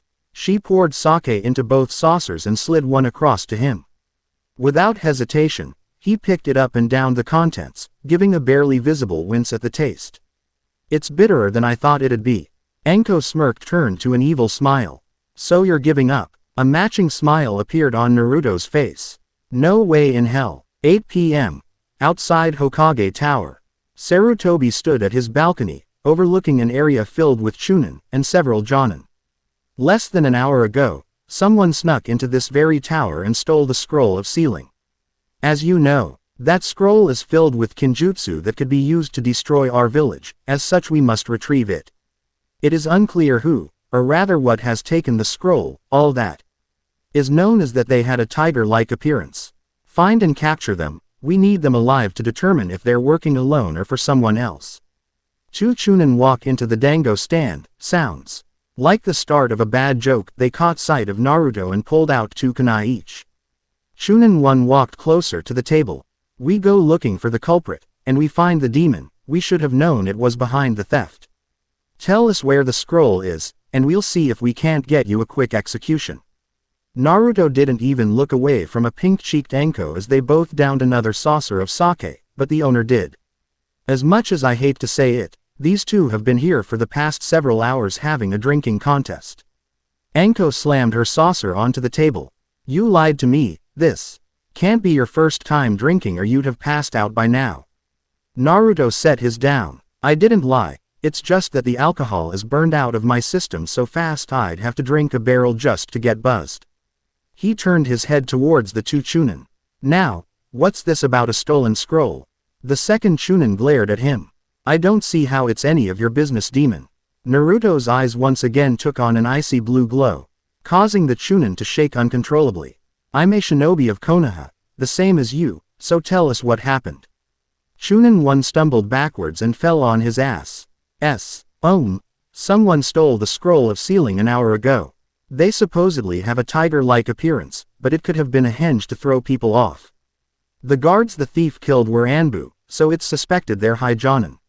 Or Anbu level themselves. Naruto locked eyes with them and they were falling over themselves to get out the door. Once they were, his eyes returned to normal. Then they shouldn't be that hard to find. Everyone looking will be traveling in groups of 2 or more, Anbu out of habit, and the chunin and jonin for safety because the skill level of the one they're looking for is unknown and will be searching systematically. So we're looking for someone who's either out and about by themselves, or away from the other groups. That's easier said than done, Gaki. They're obviously have some way to hide themselves or the Hokage would have found them with that crystal ball he used earlier to look in on your class. He has to choose who or where to focus on, and since he doesn't know either, the ball is pretty much worthless. How the hell do you know that, Gaki? He's told me everything about that technique except how to activate it. Chakra sensing is our best bet to find them. Don't you think the others searching for them have tried that? They probably did, but they knew where the scroll was held, which only a handful of people are supposed to know, and if they can get their hands of that kind of information, it's safe to say they'd know how our ninja are going to search, and the problem with chakra sensing is the range is dependent on the individual's own chakra reserves. So most jonin only have a range of 200 yards. Oji-san can probably sense to the wastelands of the village from his office, maybe a little further. Is there a point to this? The point is that they would head to the last place the R ninja are going to check, which will be out of the range of anyone in the searching party's range. Well, they're probably still searching in the residential district. So if you're right, the thief will head towards the eastern wall, but after he found out about the theft, the Hokage would have increased the number of Anbu patrolling the wall. So it really wouldn't do them much good. She noticed that Naruto's eyes were closed and her eyebrow started to twitch. Hey brat, are you even listening to me? Trying not to, but can't help it. Shut up for a minute. You're distracting me. This did nothing to calm her down, but she didn't say anything. After a few seconds, she felt a small spike of chakra come from him in his face. Scrunched up in what she hoped was concentration, the chakra staying at a constant level of output. There's someone's in the forest alone, out by that old shack. They're not moving very fast, but why may just be confident they won't get caught. Naruto opened his eyes and looked over at a still fuming Anko. That's the only source outside of the village proper. You know there's a good chance she's just another idiot who thinks they find the scroll faster themselves, but it's the best we've got, might as well check it out. Naruto threw some money down on the table, and when they got outside, they jumped up onto the rooftops. After traveling this way for several minutes, they went from rooftops to tree branches with Anko leading. Look Gaki, if this is the person we're looking for, I want you to hang back. If they were able to take out the Anbu guards, you'll be way out of your league. If it starts to look like I'll need help, give off a big blast of chakra, which should get some attention. I don't want you to jump in under any circumstance. The last thing I need is for the death of an overconfident genin coming down on my head. Naruto snorted. Think about who you're talking to. Oji-san may come down on you a little hard, but he knows how I am, and the council will make it look like you and the thief are heroes for ridding the village of the Kyuubi brat. It'll most likely Chi assholes like the Dango stand owner to stop calling you a traitorous bitch under their breath. For a brief second, Naruto saw sadness pass across her face before becoming stoic again. Like I give a rat's ass what they think about me. That may be true, but we both know it still hurts. We're both in the same boat if you think about it, only difference is they say it to my face. Anko smirked. You keep reacting like you did tonight at the Dango stand and they'll start to think twice about that. Naruto stopped at the edge of a clearing in which a small wooden shack stood alone. They're not far, I'd say within 50 yards. Anko nodded. All right, stay here till I'm 15 yards away before following. That should be enough of a distance that you'll be out of harm's way and still be able to tell if I'm getting into too much trouble. Fine, but I think I should tell you that the signature seems familiar, but somehow twisted.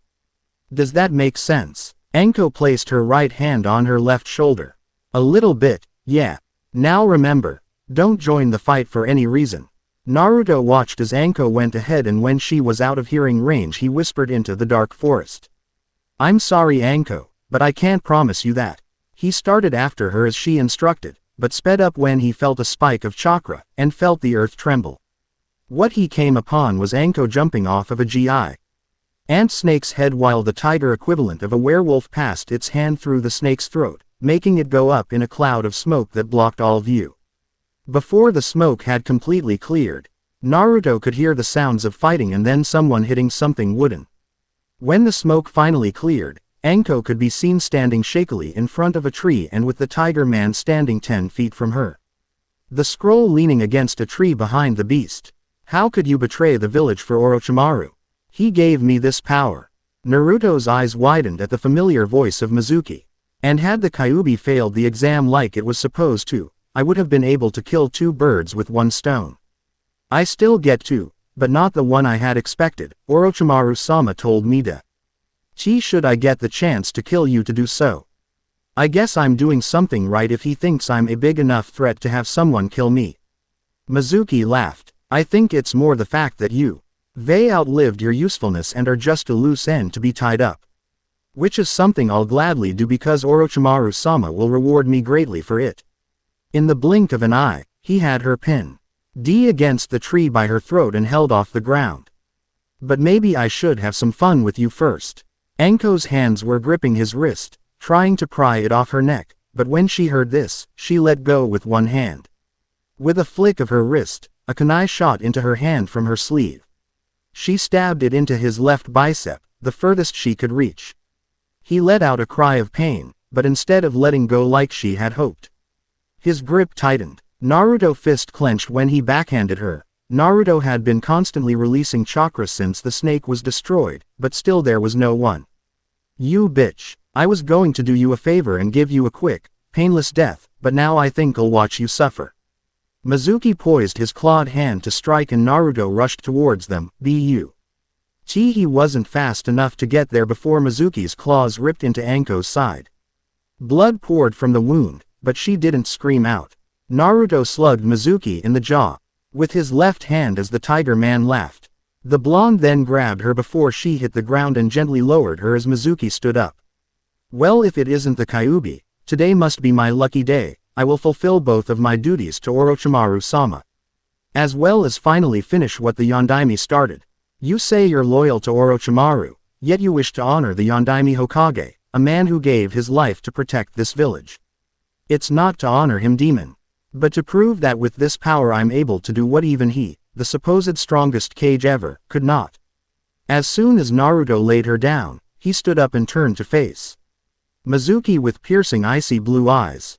The blonde's eyes flashed red for a moment before Naruto shot towards Mizuki, his left arm drawn back. Mizuki slashed Naruto's wrist as it neared him, but instead of causing damage, his hand passed through the blonde's arm. What he didn't expect was for Naruto's right hand to grab hold of the kunai Anko had stabbed into his arm in a reverse grip and pull it towards him, leaving a deep gash down to the middle of the forearm where he ripped the small blade from Mizuki's arm. Again the Chunin screamed out in pain and his right hand instinctively grabbed onto his injured arm. But Naruto didn't wait for him to refocus on the fight, and stabbed the blade clear through the tiger man's throat. Before Mizuki even fell to the ground, Naruto was rushing back to Anko's side. He lifted up her head into his lap and shook her shoulder light. Talk to me, Anko. Come on, say something. A small smile appeared on her face as she opened her eyes slightly. I thought you said not to talk because I was annoying. I said you were distracting me, not because you were annoying, but because I couldn't help but listen. Naruto looked at her wound to see that it was still bleeding heavily. I really have to get you to a hospital. That gash is still bleeding and it looks really bad. We can't leave the scroll or his body here. There's an empty storage scroll in my right coat pocket. You know how to use them, right? Naruto nodded and reached into her pocket. Quickly pulling out the scroll, he ran to the middle of the gap between the body and the scroll and marked out the seals for both. He pushed his chakra arm into the scroll, which created two whirlwinds that engulfed the two objects and pulled them into the scroll. He stuck the scroll into his pants pocket and went back to Anko. He lifted her up into his arms bridal style, her head resting against his right shoulder, and sprinted back towards the village on the ground, afraid he's aggravate the wound by leaping through the trees. He blew past an Anbu squad, not even looking back at them, but the blood trail left in his wake was more than enough to get their attention. He nearly kicked he doors off their hinges when he reached the hospital. He yelled for help, and the woman behind the front desk called for a doctor and a gurney. A nurse came running down the hall with pushing the gurney with several more and a couple of doctors following her. When she came up to him, he gently laid her down on it and then followed them through the halls to an operating room where they wouldn't allow him in. He sat down on a bench across the hall from said room, his eyes locked on the small lit-up box above the door indicating the room was in use. After a few minutes, 4 Anbu came up to him. He glanced over their masks before looking back at the box. There was a Inu, a Tora, a Neko, and the leader, indicated by the white cloak, Akuma. Uzumaki-san, are you the ones whose chakra was felt coming from the forest to the east?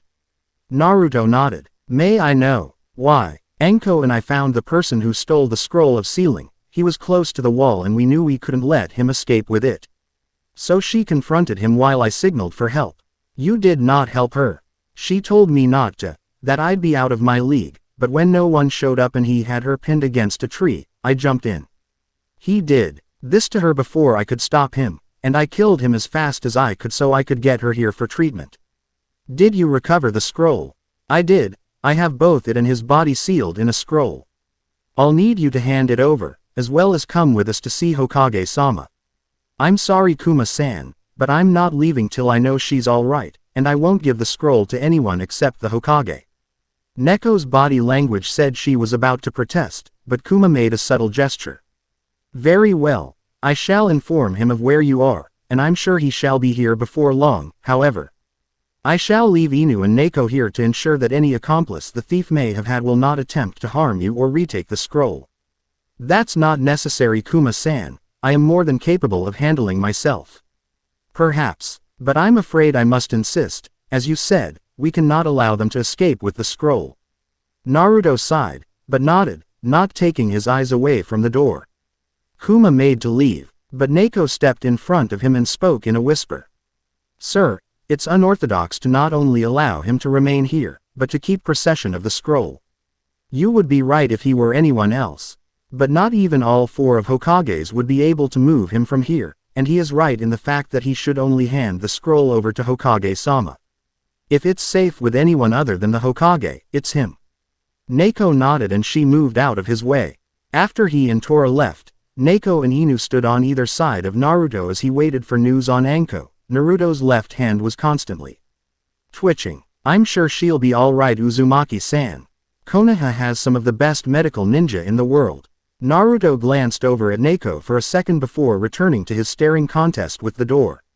I know that, but that won't matter if I didn't get her here in time. I killed the bastard as quickly as I could, but the injury was pouring blood when I got back to her. You don't seem concerned that you've taken a life. I'll worry about that later. Though he couldn't see her eyes, he could feel that they were trained on him. I know you do not trust me, Naoko-san. Maybe you even feel the same way as almost everyone else does. But I could care less. It's not that I don't trust you, nor that I believe you to be what the ignorant villagers do, but you refused the orders of a superior. That alone is enough to have you stripped of your shinobi status, but you also refused to meet with Hokage-sama to tell him the breach has been taken care of and return the scroll. Would you if one of your teammates were in the operating room? If it were just myself and another, then it would be my duty to report to Hokage-sama before I check on their status, and if it weren't just us two, it would be a different situation than you are in. She isn't your teammate. Maybe not officially, but as far as I'm concerned, every ninja who knew of the theft was on a mission to retrieve it, and as such anyone working in groups were on teams. Naoko smirked beneath her mask. Then yes, by your reasoning she would be your teammate, but you still are obligated as a shinobi to report to Hokage-sama. Now Naoko, as your former commander says, those who violate rules and laws are called trash, but those who don't take care of their comrades are worse than trash. Naoko and Inu bowed as the Hokage walked up to them. But Naruto didn't move. Sarutobi looked at the blonde sadly. Naruto, I know you're worried about Anko. I am too, but I need to know what happened. It was Mizuki. He stole the scroll for Orochimaru. Or at least that's what he told Anko. Said he was told that if he got the chance to kill her, his tiger-like appearance was due to some power Orochimaru gave him. With it he was strong enough to kill a giant snake summon. I wasn't able to stop him from doing this to her, but I made sure he won't do anything like this again. She was losing a lot of blood, so I sealed both him and the scroll and raced here. Nobody's told me anything. Naruto, perhaps you should head home. You've had a rough day. I'm not going anywhere till I know she's going to be alright. Naruto, no, OG-san, you're not going to get me to change my mind. If I had jumped in sooner, she wouldn't be in there right now. The least I can do is be here with her. Alright Naruto, may I have the scroll that they're sealed into? May I make one request? The Hokage nodded. After you confirm that it's Mizuki, destroy the body. The power he received not only twisted his body, but his chakra as well. It must never be recreated. Inu looked between Naruto and Sarutobi. Sir, is it possible that Mizuki did all of this because he was corrupted by this power? The old man shook his head. No, he would have had to search out Orochimaru, or whoever may have given it to him. Until such a time when this matter is resolved, all information about tonight's events are deemed classified. The last thing we need is to start a village-wide panic. As far as anyone not involved is concerned, what went on tonight was an efficiency test of our ninja's response time to a village-wide search for a security breach. Anko was hurt in a training accident, and Mizuki was discovered to be leaking the academy training program to a new hidden village, Otogakure no Sato, located in Ta no Kuni, and died during interrogation. It wouldn't be the first time. Since they have only recently come onto the scene, the council will look the other way so long as we send an ambassador to arrange an alliance with them. As all of this understood, he got yeses from everyone there. Good. Kuma, you and your team round up everyone who was out looking for the scroll. I'll address them at the tower. Kuma nodded and the Anbu disappeared in puffs of smoke.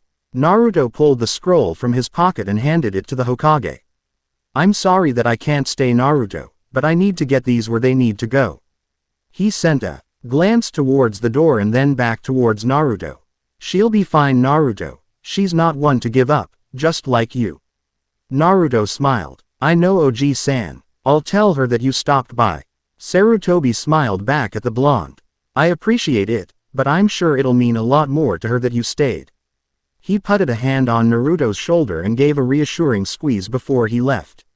No more than 10 minutes after the Hokage left, a doctor came out of the room. When Naruto saw him, the blonde walked up to him.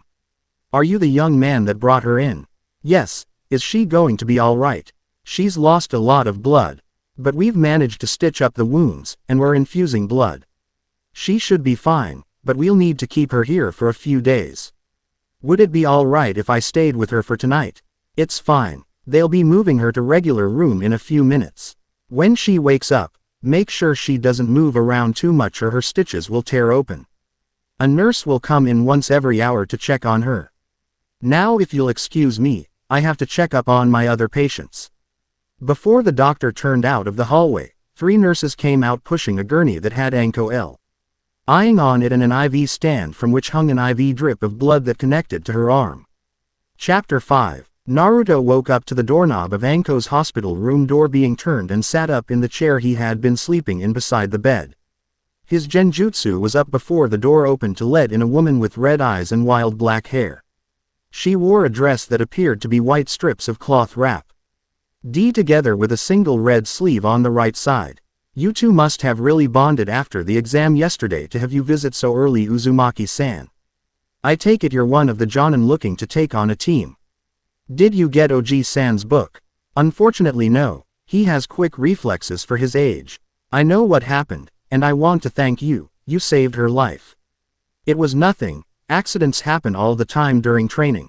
I'm sorry, but I have yet to learn you name Kunoichi-san. Oh, how rude of me. My name is Kurenai Yuhi, but please just call me Kurenai. I understand. I prefer my given name as well. She hasn't woken up yet, but the nurses that have come to check on her say it's only a matter of time. I'm happy to hear that. Naruto, I was wondering if you'd mind using the transformation technique you used during the exam. I'm quite interested in it and I'd like to see if what Hokage-sama said about it was true. Any person in particular? No, anyone should do. Naruto nodded and closed his eyes for a second. When he opened them back up, his form started to morph. His hair sank into the skin as he grew about a head taller and a blue bandana covered the top of his head. His arms grew wider, his coat grew another sleeve while the other turned leather, and his coat opened and became plain. Everything underneath the coat became a simple black shirt, his steel-toed boot.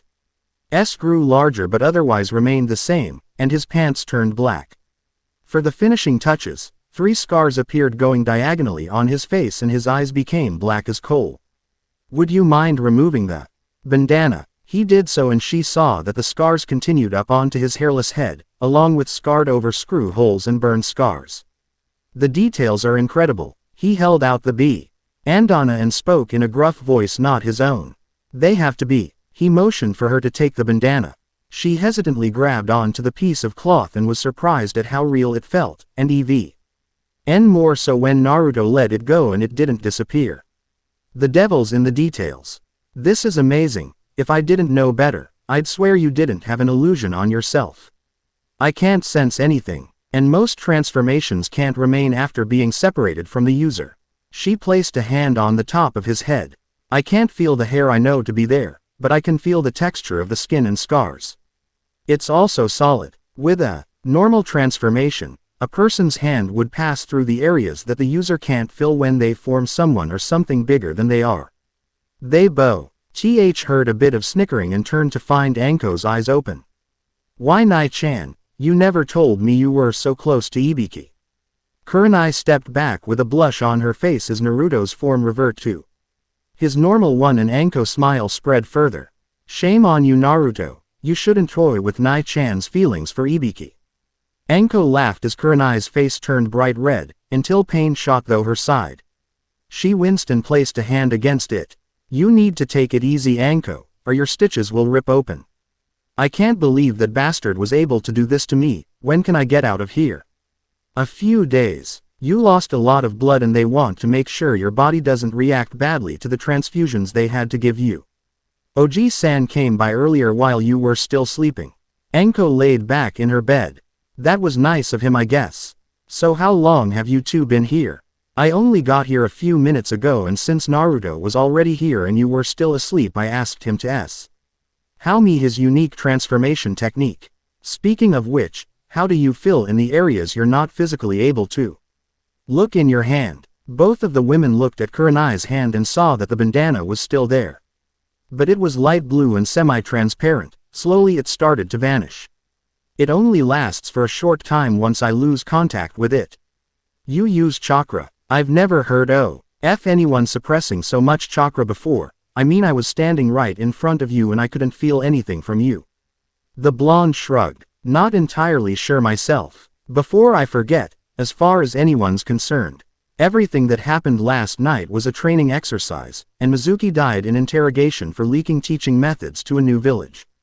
Alright, but don't think I'm going to overlook the fact you haven't answered my question. I've been here since I brought you in. This really got both women's attention. You haven't left once. What about the scroll and his body? Quote, I gave them to Oji-san when he stopped by, this being after refusing an order from an Anbu commander to go see him. I also ignored Oji-san's suggestion to go home.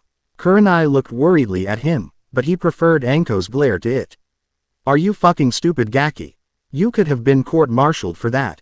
Why the hell would you risk that? You barely even know me. Naruto didn't look away, nor did the expression on his face change. Do you really have to ask? I was worried about you. I wasn't going to just leave without knowing if you were going to be alright. For a brief moment, both women caught a flicker of something in his eyes, and thought they saw 5 barely visible lines on his face, before both things disappeared completely. Naruto saw their shocked expressions and turned to the side. I have to get going. There are some things I need to take care of before the team placements meeting. I'll see you then, Kurenai-sensei. Anko, I hope you get better soon. He walked calmly out the door. But as soon as it was shut behind him, his pace quickened. I almost lost it in there. I was only barely able to save the genjutsu. He found it somewhat odd that Kyubi didn't comment after a few moments. But figured she was still mad about having to rid his body of all the alcohol he had consumed the night before. This was not the case, as she had simply cut the connection from her side and was sitting in her cage with a smile on her face as she watched what had happened in the hospital room. It looks as though the door is not the only potential way to bring his emotions back to him. Anko Mitarashi, how will you affect the kid's life? Back in the hospital room, Anko was staring at the door Naruto had gone through. He risked his shinobi career because he was worried about me. Why would he do that? It doesn't make sense. Kurenai plopped down in the chair Naruto had previously occupied. Actually, when you think about it, it kind of does. Due to his status, I doubt there are all that many people who spend more than a half hour with him without being ordered to, and even most of those who are neutral towards him don't make an effort to get to know him or spend time with him like you did yesterday. You are probably one of a very few people that he truly cares about, aside from Sandaime-sama and Iruka-san. There's no way he could feel that close to me of all people, after 4 hours of drinking. Sure, we talked a little, but it was nothing, a few funny stories. That may not be enough for most people, but he's obviously perceptive of what's going on around him. And just seeing and hearing the things directed towards you is enough to tell the villagers like you almost as much as they do him. He may feel close to you because you have had similar lives. Maybe, but there has to be something more to it than that, Nai-chan. He wouldn't risk so much over that. It could have been something you did or said, coming from someone with a similar life may meant more to him than if it had come from someone else. It would also explain why he reacted like he did. He was just worried about you and, let's be honest, you pretty much spat it back in his face. Anko looked away from her towards the window. Anko, I know you don't exactly warm up to somebody easily. I mean, it took almost 5 years for you to let me in, but he may be the only person in He village that can truly understand what you've gone through, what you're still going through. You saw the look he had in his eyes before he left, didn't Anko remained silent, but she nodded. I've seen it before in your eyes when everything starts to get to be too much for you to handle by yourself. Usually the two of us spend most of the night talking after you drink yourself stupid. Our lives are screwed up enough. But you want us to make it worse by dumping our own problems on the other. No, I meant that by talking to one another, you'd both be able to vent, while taking strength from the fact that you aren't alone. Kurenai could tell that she was hesitant about it. You don't have to, and you know I'm always happy to talk if you want to, but you should consider it, not only for you but for him as well. Anyways, I have to start preparing for the test I'm going to give my potential team, and I brought you some clothes for when you get out of here since I doubt the ones you wore are in very good shape. I'll see you later, Anko. Yeah, later, Nai-chan. The red-eyed woman left after setting down a scroll on her bedside table, and Anko went back to looking out of the window.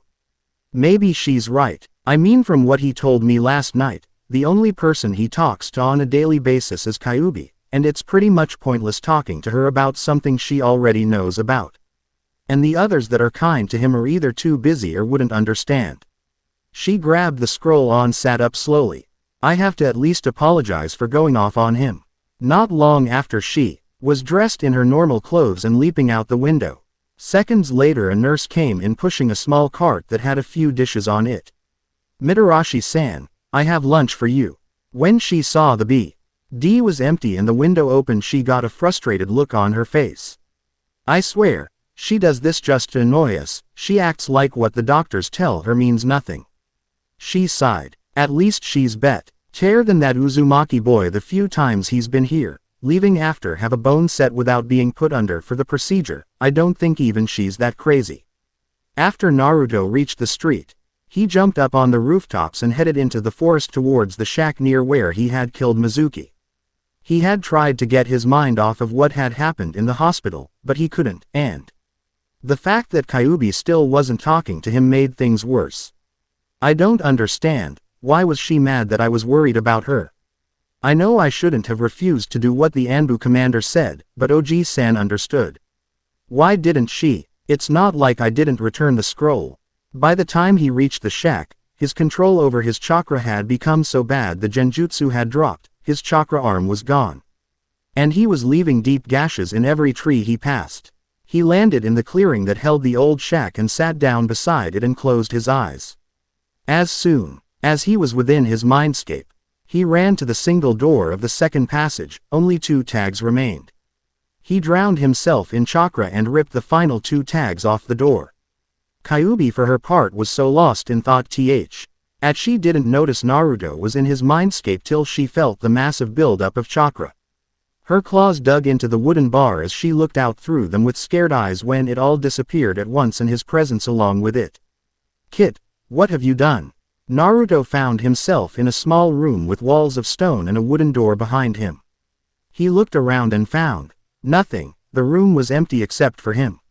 What the hell? He clenched his fist and struck the wall behind him, creating a spider web of cracks that allowed what looked like sunlight to shine through. With a smirk, Naruto went to the center of the room. He spread his feet to shoulder width and crouched down a little while. He brought his arm back to his side, bent at a 90-degree angle, and turned slightly to the outside. His body started to shake as he drew on even more of his chakra, enough to take the form of blue flames engulfing his body, and to cause the ground beneath him to crack. He shot to full height and his arm went to full length towards the ground, his hand still clenched into a fist, as the chakra surged in all directions like a shockwave. When it collided with the walls of the room, the walls crumbled like they were made of sand, but the door stood strong against it. Naruto stood panting heavily as he looked around. He was in the Hokage's office, but there were 3 major things wrong. The first was that the desk was empty of papers, the sandaime was nowhere to be seen, and he couldn't feel the presence of any hidden Anbu in the room. Not feeling anyone in the room, he walked around the desk and flopped down into the chair, propping his feet up on the desk. Almost as soon as he did, the door opened, revealing a man with a mane of blonde hair even more unruly than his own. Deep blue eyes that matched his, and a long white coat with red flames along the bottom. He looked surprised to see him there, but it soon passed. And a smile found its way onto the man's face. You're earlier than I expected. By a few years in fact, but I guess I can attribute that to your mother. She never did like to wait. She can burn in hell for all I care, and I really hope that what you're experiencing in the Shinigami's stomach is even worse a fate than hell. This didn't seem to affect the man before him as he kept smiling. While I'm sure you're shocked to see me, I'm sorry to say that I'm not actually here. As a price to pay for saving the village from Kyuubi, I had to give up my soul to the Shinigami, so I won't ever get the chance to know you, in this life or in the next. Simply put, what you see before you is a complex genjutsu fuinjutsu hybrid I placed on you and to you designed to release when you turn 16, but it seems you found a way to activate early. I placed this on the two of you so that I could teach you my two original jutsu, as well as help you Naruto understand why I had to use you as the container of Kyuubi. The smile was replaced by a grim look. You were not the only possible candidate as you may or may not think. In fact there were over a dozen, but most of them came from shinobi clans. I know that may not sound like a bad thing, but I believe that had I placed Kyuubi in one of them, their clan may use its power to attempt to seize control of the village.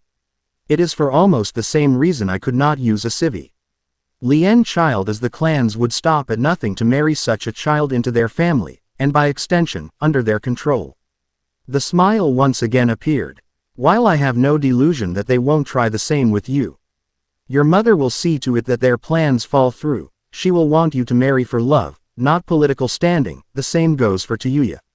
I'm also sure that more than EU villagers and possibly even shinobi will not honor my wish that you be seen as the hero you are, but I know that your mother, my student Kakashi, my sensei Jiraiya, and Sandaime Sama will see to it that you're safe from enemies both inside and outside the village.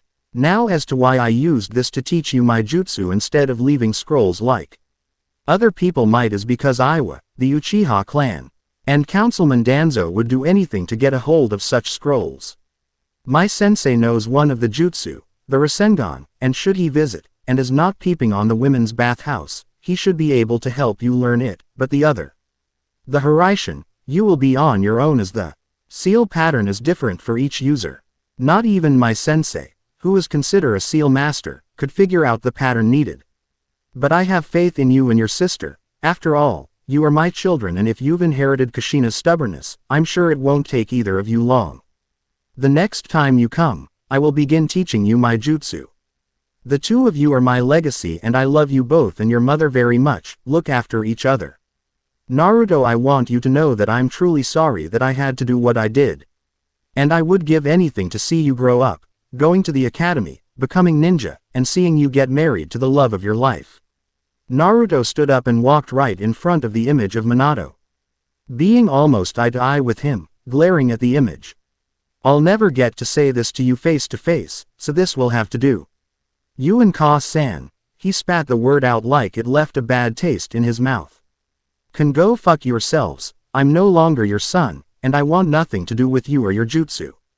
He walked past the namikaze and out the door. As soon as he shut it, he summoned what chakra he had left to his right palm and slammed it against the door. A large steel wall spread from his palm and to the sidewalls of the corridor. When he removed his hand, a small panel appeared where it had been with the kanji for lock in the center. He slowly made his way to Kyuubi's chamber and nearly collapsed when he stepped through the doorway. Kyuubi's eyes were staring back at him with worry. What have you done, Kit? I opened the door. He saw her eyes widen a fraction and looking at him as if urging him to continue. I saw too. The Yondaime. He place a genjutsu fuinjutsu. You hybrid on Ne-san and I to teach us his two original jutsu as well as talk a bit about why he choose me. He couldn't react to what I said or anything, but I told him that I wanted nothing to do with him or his jutsu and that I'm not their son before leaving and locking the door behind a wall of steel. Are you sure that was wise, Kit? From what you've read about the man, those two moves are incredibly powerful. Power you may need further down the road. I don't need his power. I'll work for my own, and if it's not enough, oh well. Seeing the worry in her eyes increase, he decided it was time for a change in topic. So how come you haven't been talking to me? I've been trying to get your attention since I left the hospital. You're not still mad about the sake, are you? A little, but that's not why I haven't been answering. I've just been thinking about a few things. like how to rework your training schedule so it won't interfere with your team meetings, of course until we know when they'll be, nothing's certain. Cammy, I hope he buys it. True, but please be a little lenient once we do. For all we know I could get a slave driver for a sensei, and they could make it worse if I'm late for a meeting because you had me work myself too. Exhaustion. Please Kit, I'm the one who normally has to tear you away from training to make sure you get back to your apartment. Naruto smiled. That's true enough. So why were you so worried when I got here? Aside from the fact that after you removed the tags your presence disappeared from your mindscape, your body's suffering from chakra exhaustion outside. And need I remind you, you're in the middle of the forest out in the open. Naruto scratched the back of his head sheepishly. Luckily, you're most likely out farther than anyone not searching for you will come. You should be fine in about a day's time, plenty of time to get the photo for your shinobi file taken, as well as restock any supplies you may need. I don't really need anything, but I think I'll get a few more storage scrolls. In any case, what should we do till then? You could use some more practice with tactics, shogi or go. Shogi this time. A table rose out of the ground before the bars. The board and pieces in place, as well as 2 cushions on either side. When Naruto opened his eyes, he found he was no longer in the forest, but lying in a bed. The blanket was pulled up to his neck. A wet cloth on his forehead, and only wearing his pants. He looked around the room he was in and was somewhat glad to see he wasn't in a hospital room. The room was a bit bigger than his own bedroom. The walls were painted a blue color close to that of his eyes. The blanket was burnt orange. There were a couple of photos on a dress across the room, but the light coming in from the window caused them to glare, making them hard to make out. He also noted that the rest of his clothes were piled on a chair next to one of the 2 doors in the room. He tried to sit up, and found his body to be stiff. He heard the doorknob start to turn and quickly put up his genjutsu, foregoing the creation of his arm, and when the door opened, it revealed one of the people he least expected, Anko. But her clothes were different than usual. She was barefoot in baggy black pants and a light blue t-shirt. It's about time you woke up, Gaki. You've been hogging my bed since I found your ass in the forest. You're lucky I could tell you were only suffering from chakra exhaustion, or I'd have taken you to the hospital and everyone would know your secret, and I'd prefer you not wear that while you're here. Naruto didn't say anything, but his left arm started to disappear from the fingertips, and small nearly invisible marks all over his chest and arms slowly grew darker and more defined. As well as the 5 on his face. Among all others, the word demon craved into his chest stood out the most, second only to the ones on his face and his stub of the left arm. I honestly can't see how you put up with it, Gaki. I mean, I almost went totally insane when I first returned, but they didn't even try to do this kind of shit to me. That's because your old sensei is still walking around. I, on the other hand, am the only link to Kyuubi except for the other Biju. You heard about that, huh? Well, the snake summon was a pretty big giveaway, but your name is highly associated with his. Along with Oji-san and the other 2 Sanin. I should probably be going. Thank you for your help, and I apologize for burdening you for however long I've been unconscious, and if I did something to upset you the other day at the hospital, I should be the one apologizing about that. I shouldn't have gone off on you like I did. Ever since that bastard's betrayal, I haven't let many people get close. Not only because of how the villagers reacted when I returned, but because of the parting gift he left me. She pulled the collar of the shirt away from her neck and tilted her head to the right, showing him a circle of 3 tomos. As his eyes landed on the tomos, he could feel a malicious aura about it, but it was weak. When she covered it again, the feeling all but disappeared. It's a Juin jutsu and there's a 9 in 10 chance that the person it's used on will die. He put it on me and left me in Umi no Kuni, not caring if I lived or died. I was found a few days later by Anbu and brought back here. Ibiki interrogated me, if you can even call it that, since he wasn't allowed to use any of his normal methods. When that didn't turn up anything, Sandame-sama asked a yaman, aka to look through my memories of the time I spent with the hubby, but they couldn't find them. It seemed that when he put the seal on me, he also sealed away my memories. Why exactly are you telling me this? You said it yourself at the hospital. We barely know each other. A nervous smile replaced Anko's normal one. I was kind of hoping we could change that. There aren't many people in this village that would risk their lives. Or even their careers, for me, but you did both. In a single night when we are basically complete strangers. Maybe Nai-chan was right and it was only because we have led similar lives. But even if that's true, I have this feeling that nothing but good can come from getting to know you better. You realize that by associating with me the villagers and even some Hinobi will treat you worse than they already do, don't you? Please Gaki, I've built up such a reputation that no one in their right mind will try to lay a finger on me, and while there's nothing I can do to stop their muttered comments. I'm used to it and it does affect me as much as it did when I first came back. A small smile appeared on Naruto's face before it vanished and his eyes took on a faraway look. After a few seconds, Anko waved her hand in front of his face and he didn't so much as blink. After a few moments, Naruto returned to normal and stood up looking Anko dead in the eyes. Anko, do you want the Juin Jutsu removed? Anko looked confused and slightly angry. Of course I do, but Sandaime-sama's already had Jiraiya-sama look at it, but he said it was impossible without Orochimaru's notes. Why? I need you to trust me, turn around and show me the seal again. This will hurt, but the end result will be worth the pain, I promise you. As she did what Naruto instructed, she could hide the fear that crept into his eyes and voice. What are you going to do? Kyuubi's red yokai coated the palm of his right hand as he held it over the Juin Jutsu. The impossible. He pressed his hand down on her shoulder and steeled himself as her whimpers of pain quickly became screams and held tight as her body started to writhe in pain. As this was happening, his chakra flowed from his stub of a left shoulder and took the basic shape of his arm. He felt the yokai receded into his arm and the pain left Anko, and while she remained conscious, her legs gave out from under her. He caught her with his left arm and laid her down on the bed, hiding his right arm behind him. Even in her state, Anko noticed this and in a flash of movement held his right arm out in front of him by the wrist.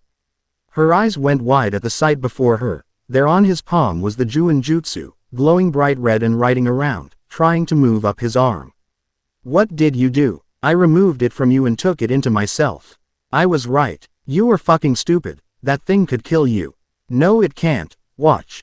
She looked back at his palm and the glow was growing dimmer as it moved back towards his palm until it turned back into 3 black tomos in a circle and eventually faded into nothing. Her chakra destroys any foreign substance that enters my body. Then how can you have seals on your arm? They were made from my blood and infused with both our energies. A large smile formed on Naruto's face. I believe. Congratulations are in order. You are free of the Juin Jutsu, however I do know if this will return your memories or not. A smile slowly came to Anko's face, but it still held confusion.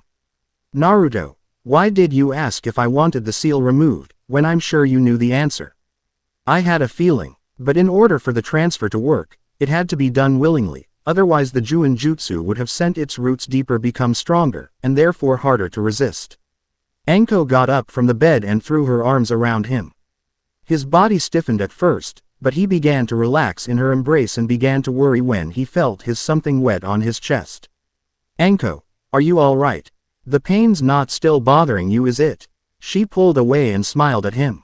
No, I'm fine. I'm better than fine. You have no idea what you've done for me.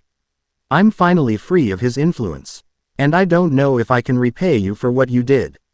There are really only 2 things I can give you, but I don't really think you're my type, so option number 2 it is. Anko started laughing as Naruto's face turned bright red as his mind ran wild with possibilities. I knew that would get you. Every man is at least slightly perverted. I was surprised when Nai-chan didn't get a reaction, but she's never been the type to try to make a guy blush. Naruto got a mischievous grin on his face and leaned in so his mouth was next to her ear, and when he spoke again it was in a whisper. I was thin. King, all the things I would do to you if I was your type. Because if I was, I'd take your offer without a second thought. He leaned back with a sad sigh. But since I'm not, I'm kind of sad to say. It makes Ika Ika Paradise seem tame in comparison. Chapter 6. Naruto sat across the room from his supposed teammates, Sakura Haruno and Sasuke Uchiha. He had spent 10 minutes after his team had En announced, cursing the old Hokage for putting him on this team, which had been over 2 hours ago. They were all that remained of the graduates, as the other teams had already been picked up by their sensei. The other two were content to ignore him, and for that he was grateful. Instead, he spent his time thinking over what had happened to him 4 days ago. Flashback. The sun was directly over top Naruto as he lifted his hand from a scroll before rolling it back up and tossed to a nearby shadow that caught it in its mouth and disappeared in a puff of smoke. So all I do is put some blood on my hand, use the seals you told me to, and then place my hand against the ground or something else. Anko smiled at the blonde. That's right, and depending on how much chakra you put into it, the larger they'll be, but you should be careful. Most of the larger ones can shallow you whole. I'll keep that in mind. Now let's give it a try, shall we? Biting down on his thumb hard enough to draw blood, he pushed a lot of chakra into a set of 5 seals before slamming his hand on the ground. Kuchio's no jutsu. Symbols appeared around his hand in a circle with 8 lines coming out of it, and then the area they were in was shrouded in smoke.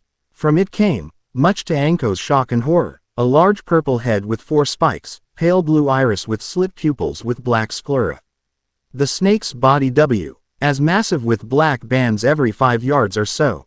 Standing atop the massive head was a grinning Naruto. A forked tongue flicked out of its mouth before sliding back in. Why have you summoned me, Anko? There is no danger here. And you know the price for summoning me, and what's more, for doing so without reason. Anko trembled at the sight of the snake, which grew worse as it spoke. Naruto could this even from so high up, and intervened. Anko is not to blame, hubby-san. I was the one to summon you. I'm sorry if I have upset you for doing so, but this was my first attempt and I was unaware of how much chakra I would need to summon one as large as yourself. Again the tongue flickered out and back in. You expect me to believe you summoned me, the hubby boss Manda, on your first attempt? Here was a hissing noise. Naruto expected to be laughter coming from the snake below his feet. Not even Orochimaru could accomplish that, but I'll humor you, child. Tell me why I should believe you. No matter what I tell you, Manda-sama, you will still believe what you want to. That is one thing I have learned from living in this village. No matter how hard you try to convince people, unless you show them undeniable proof. And sometimes even then, they will continue to believe what they want to. But since we're humoring one another, I'm not sure if you can sense my chakra, but there's enough to summon you another 4 times and have some to spare. Not to mention, if you look at your summoning scroll, you'll find my name, Naruto Uzumaki, newly added. I doubt the blood's even dry yet. Naruto had to use chakra to hold on as the entire head started to shake while the laughing hiss escaped the snake's mouth. You are an amusing child, and you are wise for your age. There is, however, a test you must take to summon my kind. How well you do will determine the level of hubby summon you will be allowed to use. Summoning one higher than you are allowed will result in either your death, or human sacrifices. Do you understand? Without hesitation, the blonde answered.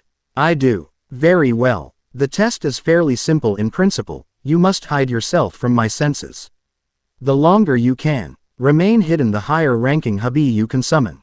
To both ensure her safety, as well as to make sure she isn't helping you, Anko will be allowed to sit atop my head for the duration of the test. Why? Oh, you shall receive a few minutes to hide yourself. Naruto didn't say a word, but in a puff of smoke he and Anko had switched places and he disappeared from the area without a trace. How would you rate his hiding ability, Anko? Truthfully, I would not know. He doesn't seem the type to hide from his problems, but I haven't known him very long either. Then why allow him to sign the contract? He saved my life by risking his own and then risked his career as a shinobi to make sure I was alright in the same night. Well then, if he is good enough to defeat someone you could not, I shall see great things from him. I'm honored you think so highly of me, Manda-sama. Orochimaru trained you well, and as I have told him, he was a fool to throw you aside. If not for the fact he is our clan's strongest summoner, I would terminate his contract. Flashback end. Utilizing his natural ability to hide his chakra, he was able to remain suspended off the ground to avoid making vibrations, and used his wind element to both lower his body temperature as well as keep his scent from reaching Manda. It was almost sunset when the giant snake finally found him due to a massive headache from the RSAL of the large number of cage bunshin he used to try and fool the hubby boss with, from the lack of chakra needed to sustain them. Needless to say that after nearly 6 hours, Manda was impressed by his skills. Enough so that he allowed the blonde to summon him without cost, an honor not even Orochimaru obtained. Though unlike the hubby Sannin, Naruto wasn't able to get the summoning tattoo due to Kyuubi's yokai. Not that I care. With the seals on my arm I'm probably able to summon just as fast as that bastard. He looked to the door as he felt a chakra source appear behind it. Must be our sensei. It's about damn time too. I don't know how much more of these two I can take in a single sitting. He felt 2 glares focused on him. I said that out loud, didn't it? Yep. Naruto shrugged. Oh well, their glares are nothing compared to mine, and not even worthy to be compared to yours. Oh Kit, stop, you're making me blushing. He smiled as she replied in a monotone, but had barely hidden amusement behind it. The door opened to reveal a man wearing Jonin attire with a mask over the lower half of his face, his hitai pulled down over his left eye, gray gravity-defying spikes of hair, and a lazy look in his uncovered eye. My first impression of you is, you're boring. I was told I had the prankster from hell on my team and not even so much as an eraser wedged in the crack of the door. And here I gave you 2 hours to come up with something good. The man sighed. Well, meet me up on the roof. The man disappeared in a puff of smoke, that the others believed to be Shunshin. Naruto was smirking at what the man had actually done. Damn, why didn't I think of that? Following the others out of the room and up the stairwell, they found the same man leaning against the railing, with a small orange book in his hands, with a man chasing a woman on the front with hearts between the two on the cover and a "not allowed" symbol on the back. You really shouldn't read that book in the open like that, sensei. Kunoichi seem to be the strongest when they're pissed off, and nothing seems to do that nearly as well as those books. The man shifted his eye to him. Did you say something? He had expected the blonde to get riled like a certain green spandex wearing Jonin would, but the boy kept smiling. Nothing important, not anymore at least. The Jonin was confused by that last statement and turned back to his book only to find it missing and in its place a note. Sending a cage bunshin to get us 2 hours late isn't a smart idea, especially when you could have sent on time and still done whatever you were doing. So in repentance, I've taken your book. Sincerely yours, prankster from hell. Have a nice day. P.S. The other one's gone too. Kakashi checked to see if it was true and glared at the blonde when he found it was. Impressive. Now give them back. The blonde had a fox-like smile on his face while Sakura looked between the two with confusion. What are you talking about, sensei? The 3 of us just got here. What could this baka have done in that short of time? The look in the Jonin's eye reverted to what it had been, but not before sending a look at the blonde that said he would get Naruto back for this. Now that we're all here, let's get to know each other. Tell me your name, likes, dislikes, hobbies, dreams for the future, and stuff like that. Who would like to go first? Sakura still looked confused. Sensei, would you go first so we know what we're supposed to do? He looked up towards the sky for a moment.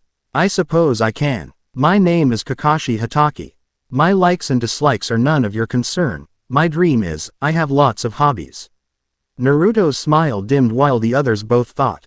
All we learned was his name. Unlike them, Naruto had an eye for the little things, and learned some things from his body language. Like when he said likes, he glared lightly at Naruto. At dislikes his glare went to the emotionless Uchiha, during the pause after his dream. An overwhelming feeling of sadness and regret appeared in his eye, and disappeared again when he mentioned his hobbies. So how about you, Pinky? Sakura glared at being called that, but started anyway. My name is Sakura Haruno. My likes, she looked at Sasuke and squealed. My dislikes are Ino Pig and Naruto Baka. Naruto rolled his eyes. Love you too, Haim. The Pinkett ignored his comment and continued. My hobbies are reading and, again she looks at Sasuke and squeals. My dream for the future. For a third time she looks at Sasuke, this time with a arc blush and gives off several squeals and giggles. Both Naruto and Kakashi were rubbing their ears for a half a minute afterwards. Kakashi think. A fangirl, Just what I needed. He sighs. Alright, Blondie, your turn.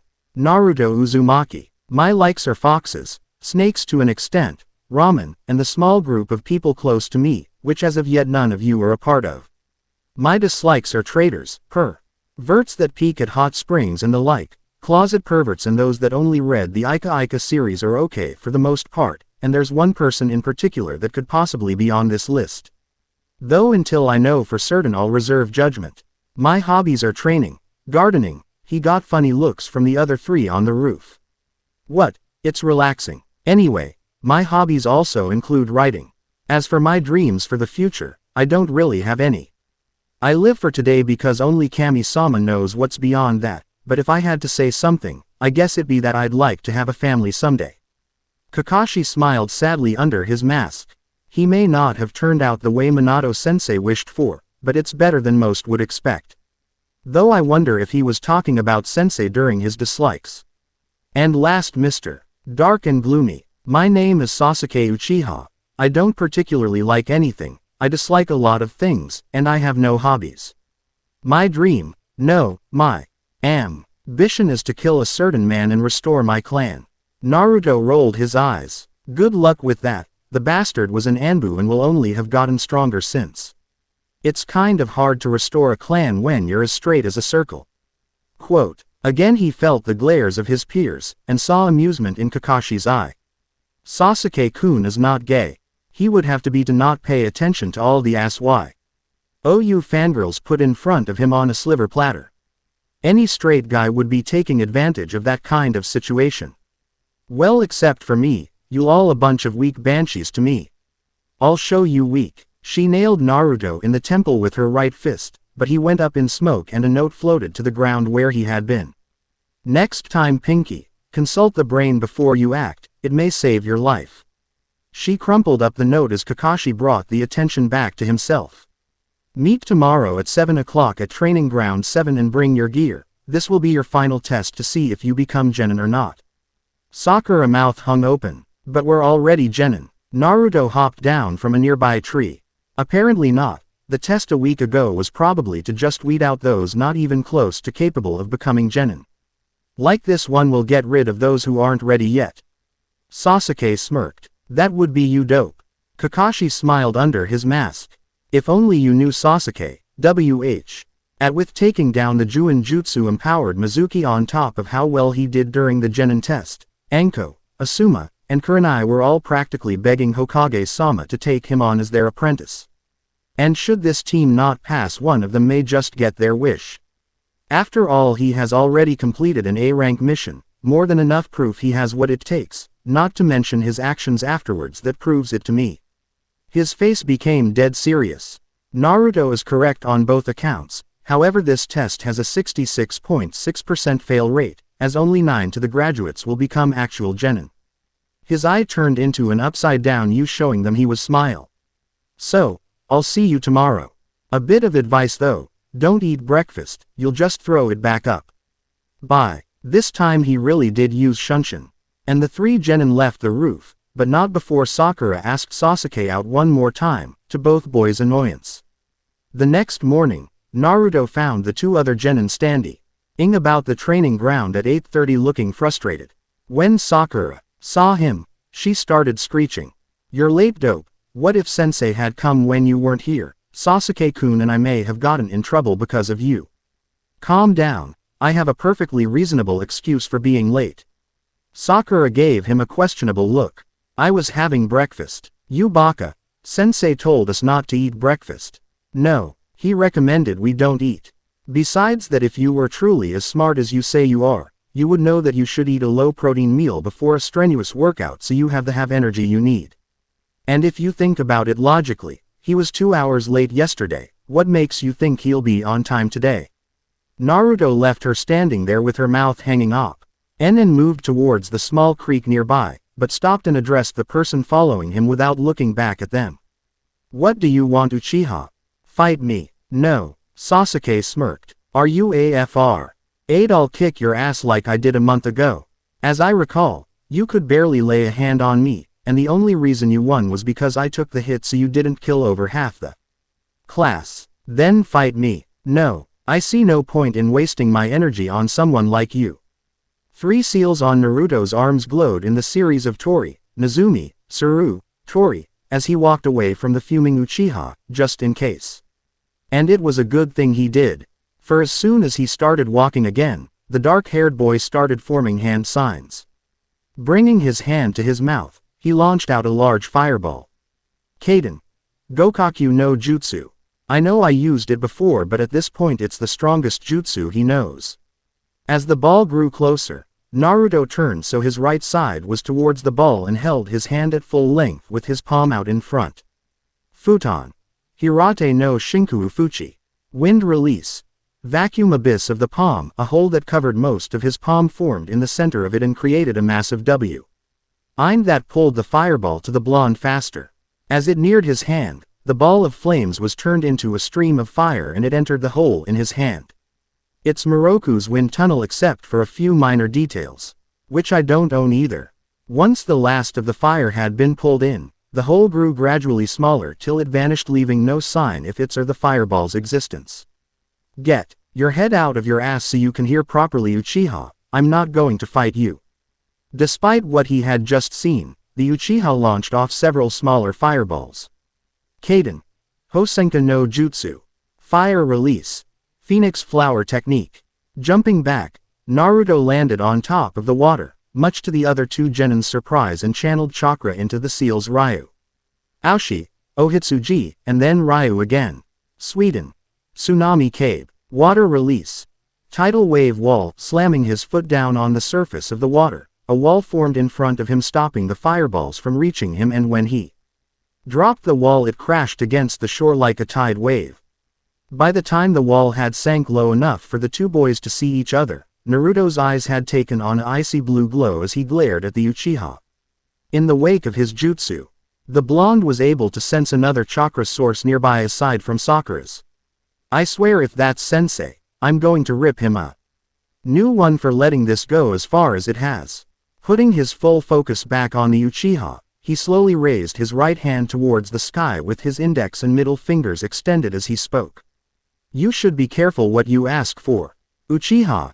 Chakra was channeled through the Inu, Uma, Usagi, and then Inu again. You just might get it. Raiden. Hiraishin. Lightning release. Lightning rod. A.N. This is what the online translator. I've been using said Hiraishin came out too, so please don't send me reviews saying that's not what it means. A bolt of lightning came down from a nearly clear sky and struck the blonde's fingers, but instead of dissipating, the bolt remained connected to his fingertips and swung his arm as the other end fell towards the ground. Reiko no Kei. Whip of lightning. Sasuke was able to dodge Naruto's continuous swings, but as time went on, doing so by a smaller margin every time. Fortunately for the Uchiha, just as the whip was just about to connect, Kakashi appeared and grabbed hold of it with his gloved hand. All right Naruto, that's enough. Withdrawing his chakra, the lightning fizzled out and Naruto started walking towards them. And you shouldn't have let it escalate that far, sensei. I know you were watching and could have stepped in at any time. You're right, I should have stopped it, but I was curious how you would handle it. Your last jutsu was quite interesting, though I believe I've heard the name before. Naruto shrugged as he walked by. Mine's more appropriately named than his, considering it's an actual Raiden instead of a ninpo. Naruto started over towards the Ning posts where Sakura was standing with Sasuke and Kakashi following behind him, the former sending a glare at the blonde's back. Once there, the blonde leaned back against the far left post, ignoring the glares of his teammates and focusing on the silver-haired Jonin. Alright, so here's the deal, I have 2 bells. He pulled them out to prove his point along with a timer. You have until this timer goes off, which will be at noon, to get one of these bells from me. If you don't, you'll be tied to one of those posts and have to watch as myself and anyone who did get a bell eat lunch. Naruto smirked when the other 2's stomachs growled loudly. In addition, anyone who doesn't get a bell will be sent back to the academy. Naruto's smirk was replaced by a contemplating look while Sakura stated the obvious. But there are only 2 bells and 3 of us, which means at least one of you will fail, which is why each of you has a 66% chance of failure, like I told you yesterday. I believe we should start for your benefit. since the longer we stay here the less time you have to get the bells. But before that, I want to tell you that you can use anything at your disposal, cause if you want a bell you'll have to come at me with the intent to kill. Sakura looked worried, but sensei, we could really hurt you if we use kunai and shuriken. The three males looked at her. What? Naruto was the one who answered. Just wondering if it was good. If what was good? Sasuke smirked due to Sakura being left speechless, while an eye-smiling Kakashi turned to Naruto. Judging by how he said that, he may have figured out the purpose of the test, but whether these three will pass has yet to be seen. What make you so sure it wasn't Iruka? The blonde smiled. If you met his girlfriend, you wouldn't be asking me that. Kakashi shrugged and put the time on top of the middle post. Well then, let's begin. In a blur of movement, Sakura and Sasuke disappeared, leave the blonde and Kakashi. The Cyclops eyed the forest before looking at Naruto. They seem to have hiding down, though because of their chakra it won't be hard to find them. Then we have this one. I can't sense his chakra. But he didn't even try to hide. You're a strange one, aren't you? Naruto smiled. You have no idea, sensei, but that's not what I wanted to talk to you about. He lowered his voice so only they could hear. I know what you're trying to do, and because of who's on this team it will work. Despite how I personally feel about both of them, I'm at least willing to work with them, but neither will work with me. Hell, Sasuke won't working with anyone, believing everyone to be hindrances. So what will you do now? Well, the way I see it, I have three options. Naruto held up a finger. First, I just stay here till the timer goes off. Kakashi nodded as a second finger was added. Second, I attempt to get them to work with me even though I know they won't. A third finger was added. Or third, I attempt to get a bell on my own and hope that I show enough promise, or get a bell, to be able to remain a genin. So what are you going to do? Naruto shrugged as he pushed away from the post. While the first one sounds appealing, knowing how this turns out, I haven't been able to test my limits in some time. Rolling his neck and getting several cracks, he pushed a large amount of chakra into the Juji seal. Cage Bunshin no Jutsu. Everything within a 5-foot radius was shrouded completely in smoke. When it was gone, Kakashi found that both bells were still there and he was surrounded by 30 blondes in 3 waves. 5 made up the first, then 10, and then 15. The second and third waves jumped back as the first rushed the Jonin, each with a kunai in hand. Reaching into his supply pouch, Kakashi drew a kunai of his own, and blocked one of the blonde's attacks while kicking at one coming from behind him, making it go up in smoke. Swinging the same leg forward, he destroyed the clone in front of him, which allowed him to stab another with the kunai he had used to block. Planting his foot, he hit another with a backhand to the temple, before the final one landed a right hook to his jaw, causing Kakashi to transform into Naruto before exploding into smoke.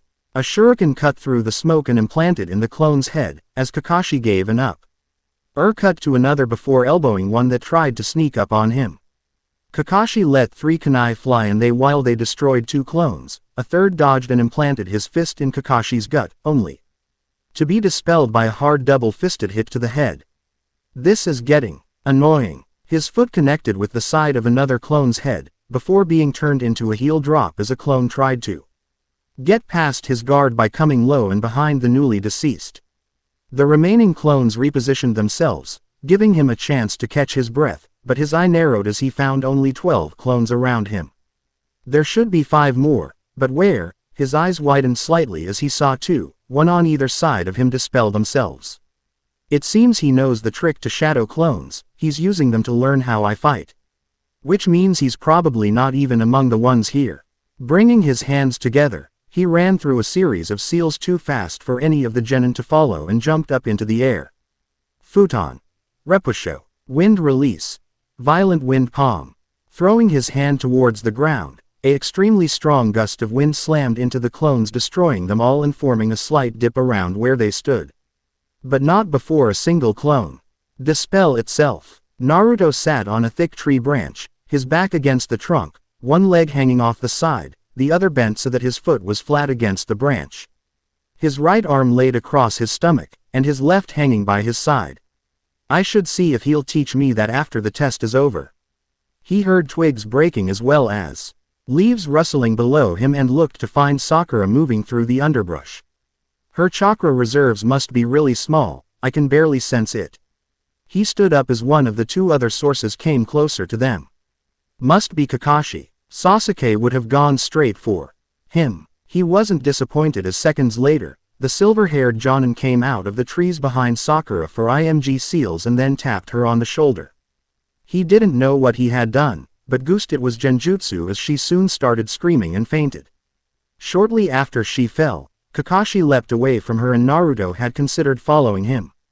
But when he looked over at Sakura's prone body, he knew he'd feel guilty if he left her there, so he went and picked her up before leaping after the Jonin. When he reached the air, where Kakashi and Sasuke were fighting, he arrived in time to see Kakashi use Kawarimi to escape. Surprise, surprise, a giant fireball. Sasuke looked around frantically muttering. Where is he? Behind, above. Naruto saw two hands slowly emerge from the ground at Sasuke's feet, which grabbed his ankles as he heard Kakashi's voice. Below, Sasuke was quickly pulled down to the point that only his head remained above ground. You're not as different from your teammates as you think. Kakashi leapt away and back towards the posts. When Naruto felt his chakra get far enough away, he walked out to where Sasuke was and laid the still unconscious Sakura down. Being glared at the whole time, Naruto approached the boy, who opened his mouth to speak, but Naruto pulled down the boy's hitai and turned it around so the knot was in the boy's mouth. Hearing movement behind him, Naruto turned and found Sakura waking up. Good, you're up, now I won't have to repeat myself. Sakura finally noticed Sasuke and was about to scream again, but stayed silent due to the icy glare directed at her from the blonde. Now since I have your attention, I thought you'd like to know that in order to pass this test we have to work as a team. Sakura seemed to have pushed aside the glare, for she glared back at the blonde. Like Sasuke-kun would need your help. Dope. Sakura, why would we be separated into teams of 3 and then be given a test that would automatically fail at least one? The whole point of this test is to see if we can work together. The bells don't even matter. If the bells don't matter, then why have them, huh? Naruto slapped his hand against his face. They're meant to make us turn on each other, trying to make it so we won't work together. Yeah right, you just want to make Sasuke-kun weaken sensei so you can get a bell. Naruto's icy blue eyes bore into her own dark green ones. You don't want my help, fine. I'll see you both at the academy next year. Naruto turned and walked the way Kakashi had gone, leaving Sakura to dig Sasuke out. When he walked into the clearing where Kakashi stood, the Jonin got into a fighting stance, but Naruto walked right past him. I tried. He hopped on top of a training post as the timer went off. Kakashi sighed as he went over to join Naruto while they waited for the other two to show up. When they finally did, Kakashi pulled out a rope. Seeing as how no one got a bell, you should all be tied up, but I only have enough rope for one, so since Sakura didn't even try to get a bell, she'll be the one tied to the post. Sakura looked devastated as Kakashi approached with the rope, but the sound of jingling stopped him. He looked over at Naruto, who was holding two familiar bells by their stings in his right hand. He looked at the bells tied to his belt as found a cloud of smoke, from which two Narutos emerged. But when, in the smoke screen made by my clones, I hung two clones into the bells and used Kawarimi to switch them before it cleared. He tossed the bells to the other two as the clones dispelled, both of who looked surprised by this. Is it enough or do we still fail, sensei? Seeing as none of you actually worked together, Sakura paled slightly while Sasuke's face remained unemotional.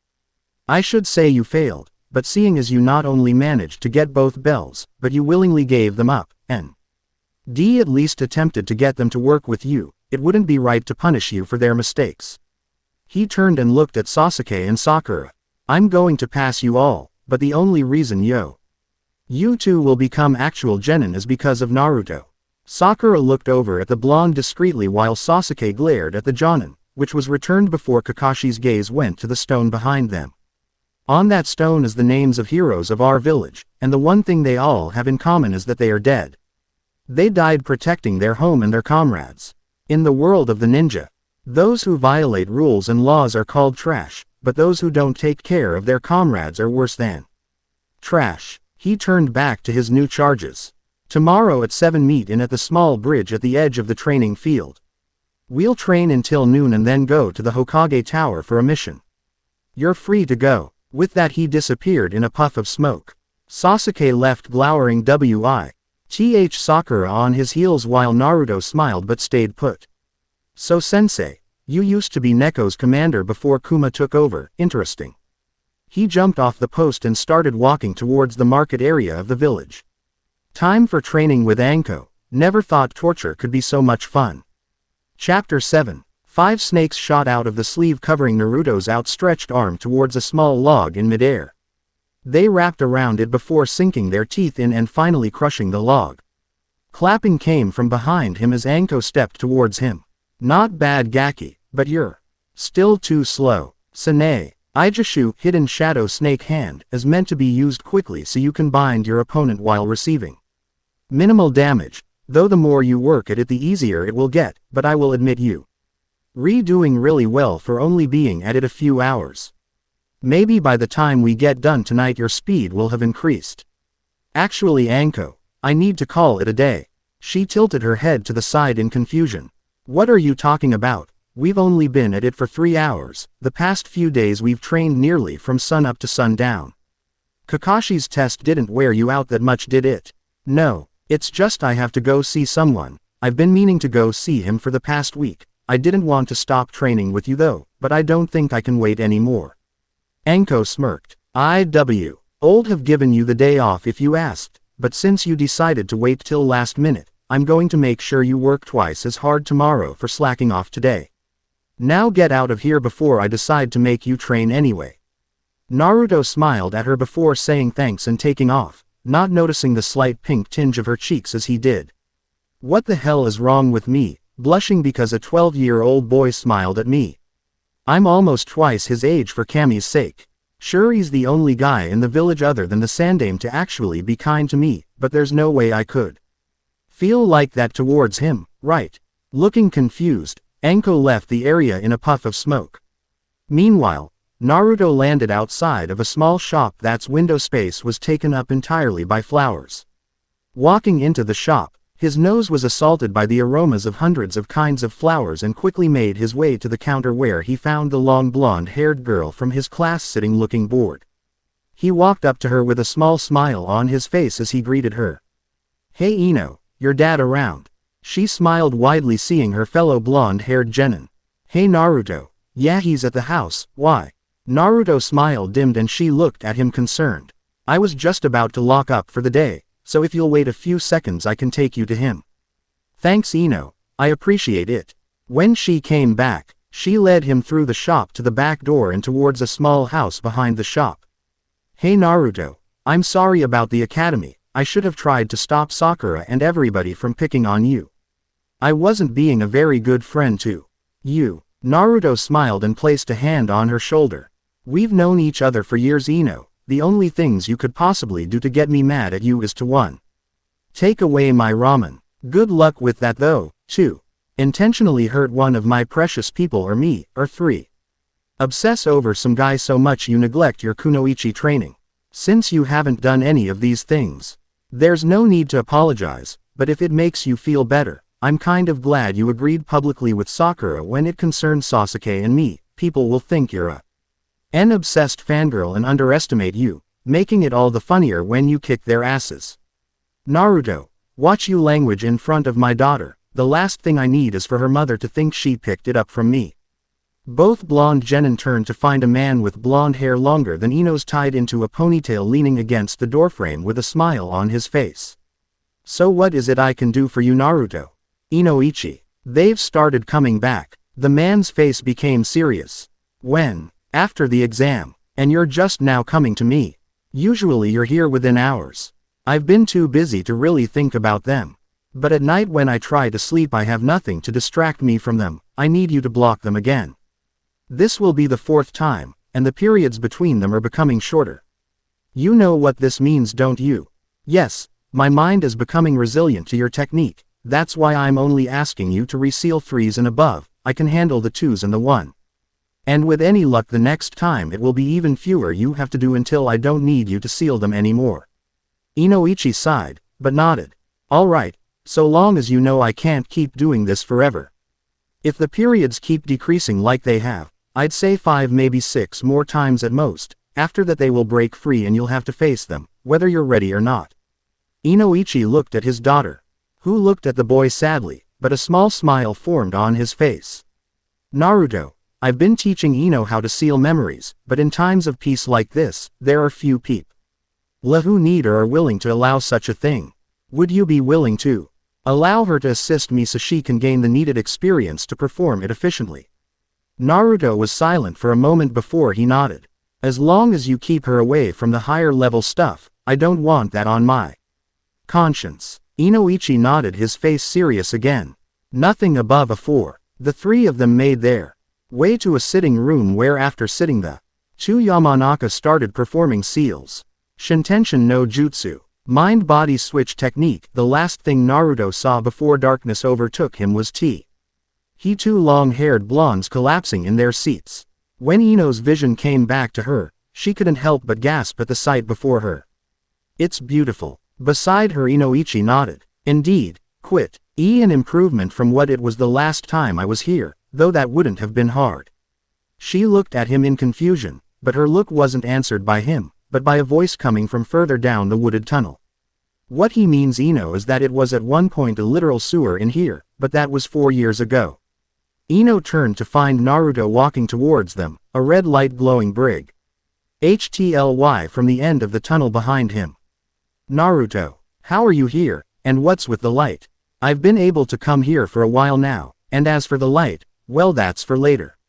He led them down the tunnel and into the first turn-off they came to. The sides of this tunnel were lined with doors, a large number of which had tags. Naruto stopped at the start of the tunnel as the Yamanaka duo walked further in. Ino. She looked at her father, who had a dead serious face. I don't want you to attempt to do anything over 4 tags. The more tags there are, the harder it is to seal, and the worse the memory is. You're not ready to experience anything over that, nor does Naruto want you to. The girl turned to look at Naruto, who was looking towards where she had seen the light. Chu-san, why does Naruto have anything over a 4? You said that I would probably only ever have to seal a 5 at most, and that would be during wartime. Why does he even need his memories sealed at all? Inoichi looked sadly at the blonde boy. Naruto is a special case. He has the highest memory seal level that I've ever placed, or heard of for that matter, at 13. Even the memories Yondaime Sama needed suppressed from when he used Hiraishin to decimate Iwa's troops in the last Great War only require 8. Luckily, Naruto only has 113, the rest are 7s or lower. I can only hope that he is ready to face it when it breaks free, or it will break his mind. As for why, I'll show you after you both finish. He gave Inoichi a look that told him he was going to do it, and the man smiled slightly before going to work, with Ino following after him. After being retold the principles of the technique, she found herself in front of a door with 4 seals that were glowing dimly. After taking a deep breath to calm her nervousness, she started making a series of hand seals and slammed her hands against the door when she finished. The area around her faded and was replaced by the streets of Konoha at night, and she saw a younger Naruto no older than 4 running from 3 men. One of them threw a bottle at the boy that hit him in the back of the head and shattered. The boy fell to the ground while blood slowly colored his golden blonde locks red. The 3 men laughed as they surrounded him before kicking the downed boy. After several minutes, 2 of the men lifted the boy under the armpits as the third pulled a knife. One of the 2 men holding the boy looked around nervously. Hurry and kill the demon, the Anbu won't leave it alone for very long. The man with the knife approached them slowly. This thing doesn't deserve a quick death, I'm going to make it suffer for killing all those people. He drove the knife into the right shoulder joint, causing the boy to scream out in pain, which doubled when the man ripped the blade out and then did the same to the other shoulder. Tears were running down both blondes' faces, though the boy's eyes were becoming hazy. The man smiled evilly when he saw this and turned to the other 2. Let's dump this thing somewhere. By the time the Anbu find it, it'll have bled to death, and in case it does survive, I say, we leave it something to remember us by. The 2 nodded and dragged the boy to a condemned apartment building by the arms and threw him against the inner wall. The man with the knife walked up to him and cut the boy's shirt down the front, pressing harder than necessary, leaving a cut down his chest. He then changed to a reverse grip with the blade and placed his other palm on the pommel and pushed the point into the boy's chest. He deliberately went slowly and looked to be enjoying the boy's screams as he craved the word demon into the blonde's chest in capital letters. By the time he was finished, the boy was on the verge of passing out from pain and blood loss, and he sat there admiring his work until he heard 2 thumps behind him and turned to find his buddies unmoving on the ground, though they looked to be breathing, and a Saru-masked Anbu with short black hair standing between them. He looked at the knife in the man's hand and then at the bleeding blonde. The man looked like he was fighting for air as the Anbu unsheathed his short sword on his back.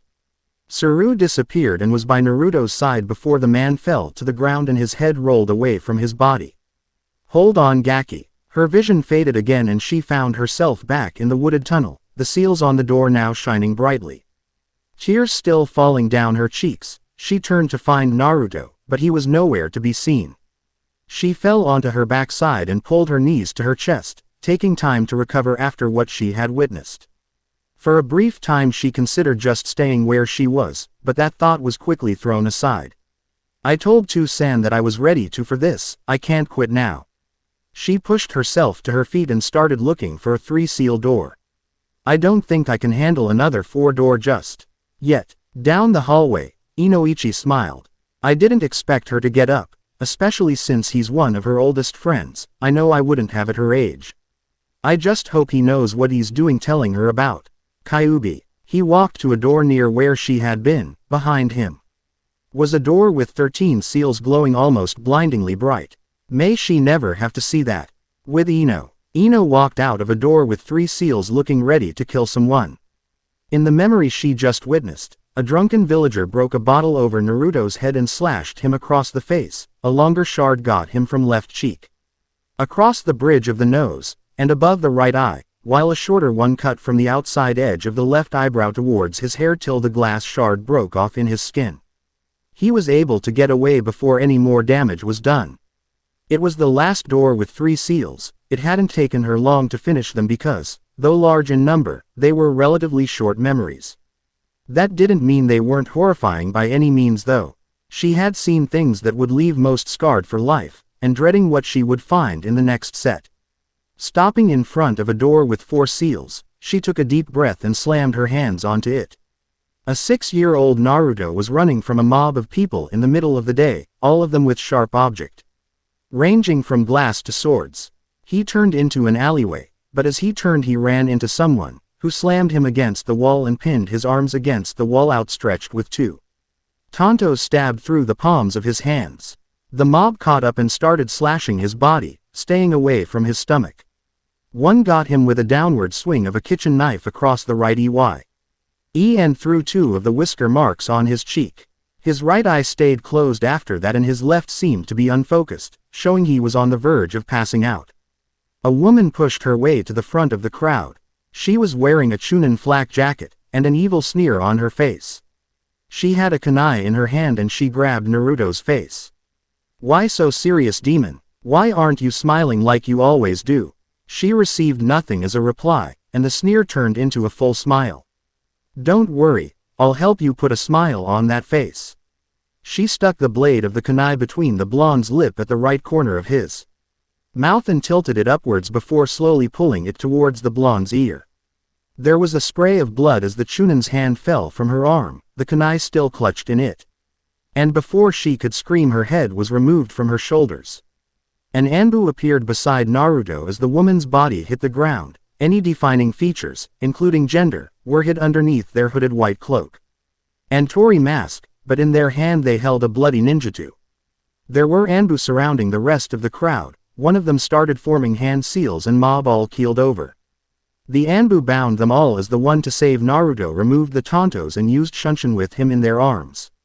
When she appeared back in the wooded tunnel, she was bent over and breathing heavily. She felt a hand placed on her shoulder. She turned to find Naruto standing next to her. You should rest, even Inoichi has to once in a while. She nodded and sat down where she was. Ino looked up at Naruto as he looked up and down the halls, counting the number of doors still unsealed. What we saw at the academy that day was because of these, wasn't it? Naruto nodded. Why did you hide it from Ka-san and me? I thought we told each other everything. Naruto looked down at her regretfully. I'm sorry, Ino. I didn't want you to know, and I'm afraid that your Ka-san already knows. She's patched me up on more than one occasion. Quote, you said it yourself, Naruto. We've been friends for years. I don't care what you look like. You could have horns growing from your head and I'd still be your friend because you're a kind, caring, loving person. I was trying to protect you, Imouto. He saw her eyes widen. You've always aspired to be a kunoichi, even when we first met, but if you knew what was done to me by the villagers and even some ninja of the village, you might not have wanted to become one out of hatred for them. But you became a ninja. How can you protect them after everything they've done? That's not why I became a ninja, but if I must to protect the ones I care about, I will. She was quickly to her feet and had her arms wrapped around him. How can you protect people who have caused you so much pain for a handful of people? He felt her tears land on his chest, getting his shirt wet, and wrapped his arms around her as well. It's not the number of the people that matters. You are all a part of my family, Imouto. She looked up at him with a small smirk. And why am I your Imouto when I'm older than you are? Cause of moments like this, the older sibling is he one who should comfort the younger one. Remember how we met? He waited a few moments for an answer, but she stayed silent, so he took it as a sign to continue. You were sitting at the edge of AC, leering near the training grounds, crying cause some punk of a academy student used a Kaden jutsu and destroyed the field of flowers that was there. Remember what happened to him a few days later? He chuckled lightly when she nodded. Found trying run towards the hospital with his pants around his ankle with one hand super glued to his appendage and the other to a porn magazine. He heard Ino giggling in his arms. That was the first prank I ever pulled. You really have always been there for me when I was down, like when you gave me that ribbon. The one you gave to Sakura, if I'm not mistaken. She looked at him with a smile. You told me it was a magical ribbon that could get people to see the wearer for who they were, making it easier to make friends, and I bought every word of it.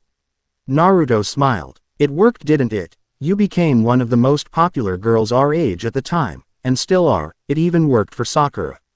Was it magical? No, but it gave you the confidence. Why?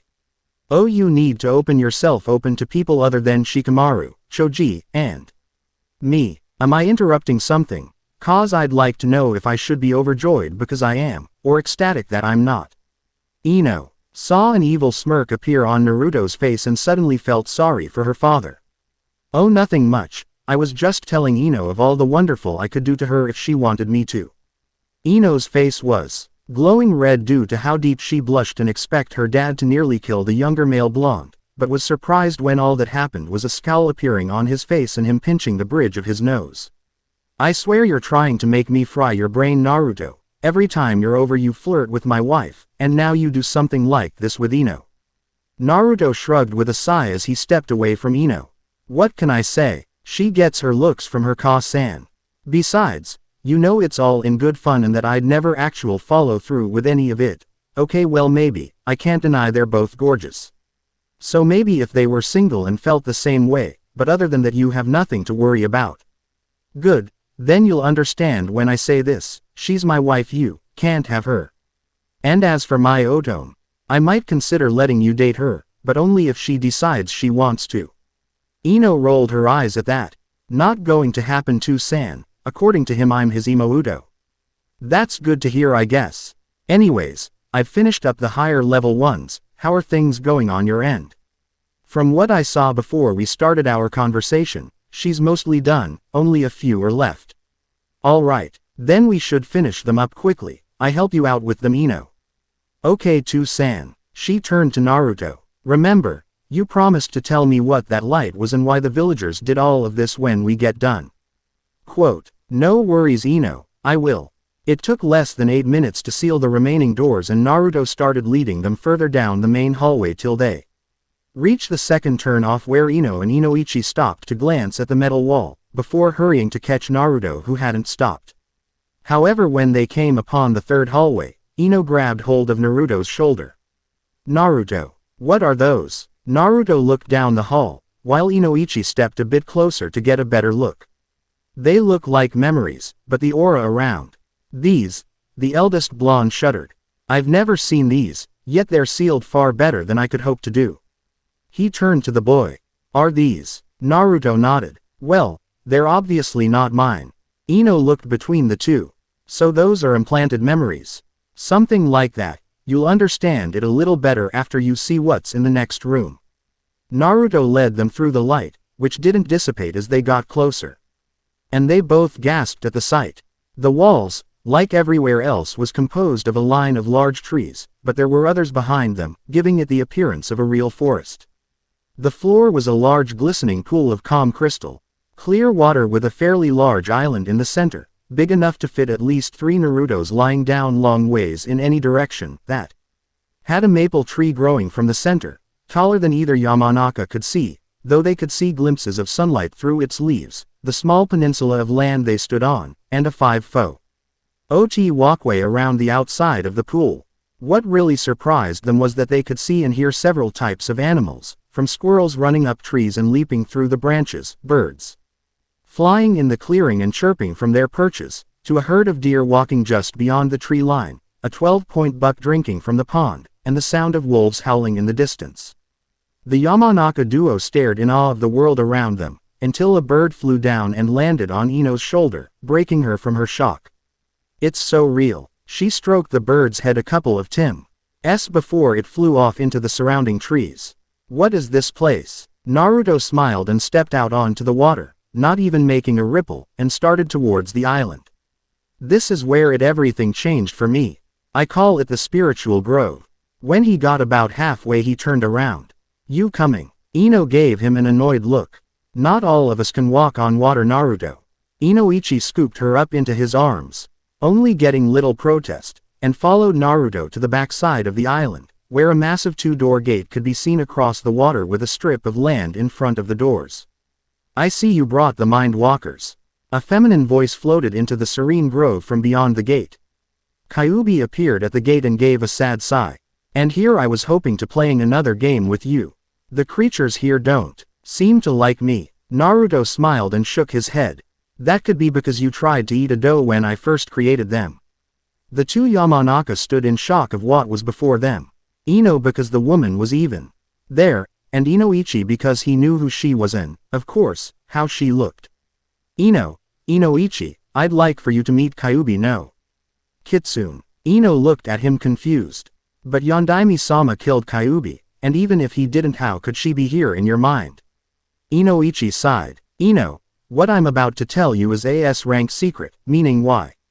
Oh, you can't repeat it to anyone unless given permission from Hokage-sama or Naruto, understand?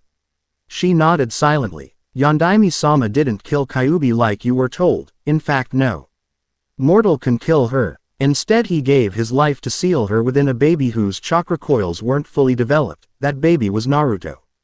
But Iruka-sensei told us the chakra coils are fully developed an hour after birth.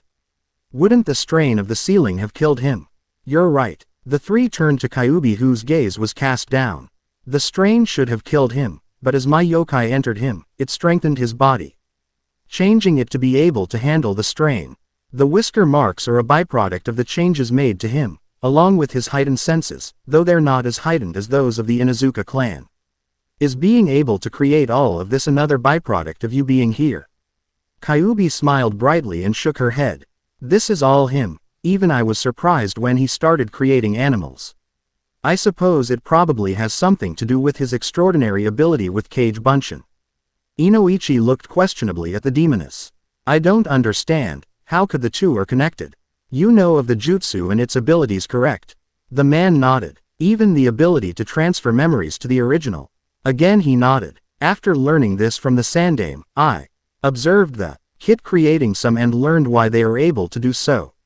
You see, the chakra that makes the clone can only provide the body and more chakra for them to perform jutsu, but not the mind they seem to have. What really gives them that is the small piece of the user's soul that is transferred to them with the chakra, giving them the sense of individuality they possess, and the ability to act independently of the original. The kit is able to create several hundred of them at a time and not feel winded. Both sets of Yamanaka eyes went wide. To be able to have your soul separated into so many pieces at once is more than most can bear. I believe that this is the true reason most people die from trying to use it in higher amounts, not chakra depletion. Ino looked between Naruto and the animals before turning to Kyuubi. Sorry, but I still don't see how the two are related. These animals are inexsensually cage bunshin Ino. It wasn't Kyuubi that answered her but Naruto. I created the image of the animals, and placed a piece of my soul into them to give the appearance of life, and to keep them from disappearing when I'm not here. They act as they would in the real world, and are confined to this area. Hence the name I've given it. Yet despite the fact that I've given them life, only one will come on to this island, the furthest any of the others will go is 5 feet off its shore. Perhaps they believe that it should be yours alone, even though in a sense they are all you. What of this one that comes here? What manner of creature is it? It's not a fox if that's what you're asking. Kyuubi asked me not to make any. Personally I think she just likes being one of a kind. He said the last part in a whisper, but Kyuubi heard him if the smirk on her face was any indication. Naruto smiled warmly at the two. Would you like to meet her? Well, if I want this place to be as real as possible, there have to be females, besides it was kind of an experiment. They both looked at him curiously and he started scratching the back of his head nervously. I've seen that they're able to die, and even age, so I wondered if it were possible for them to reproduce as well. Turns out they can. The female alpha wolf is expecting a litter. The only problem is that I have to monitor the number of deaths and births and keep them close to even, because for each birth a new soul peak is given and we have no way of knowing the maximum amount of times my soul can be splintered.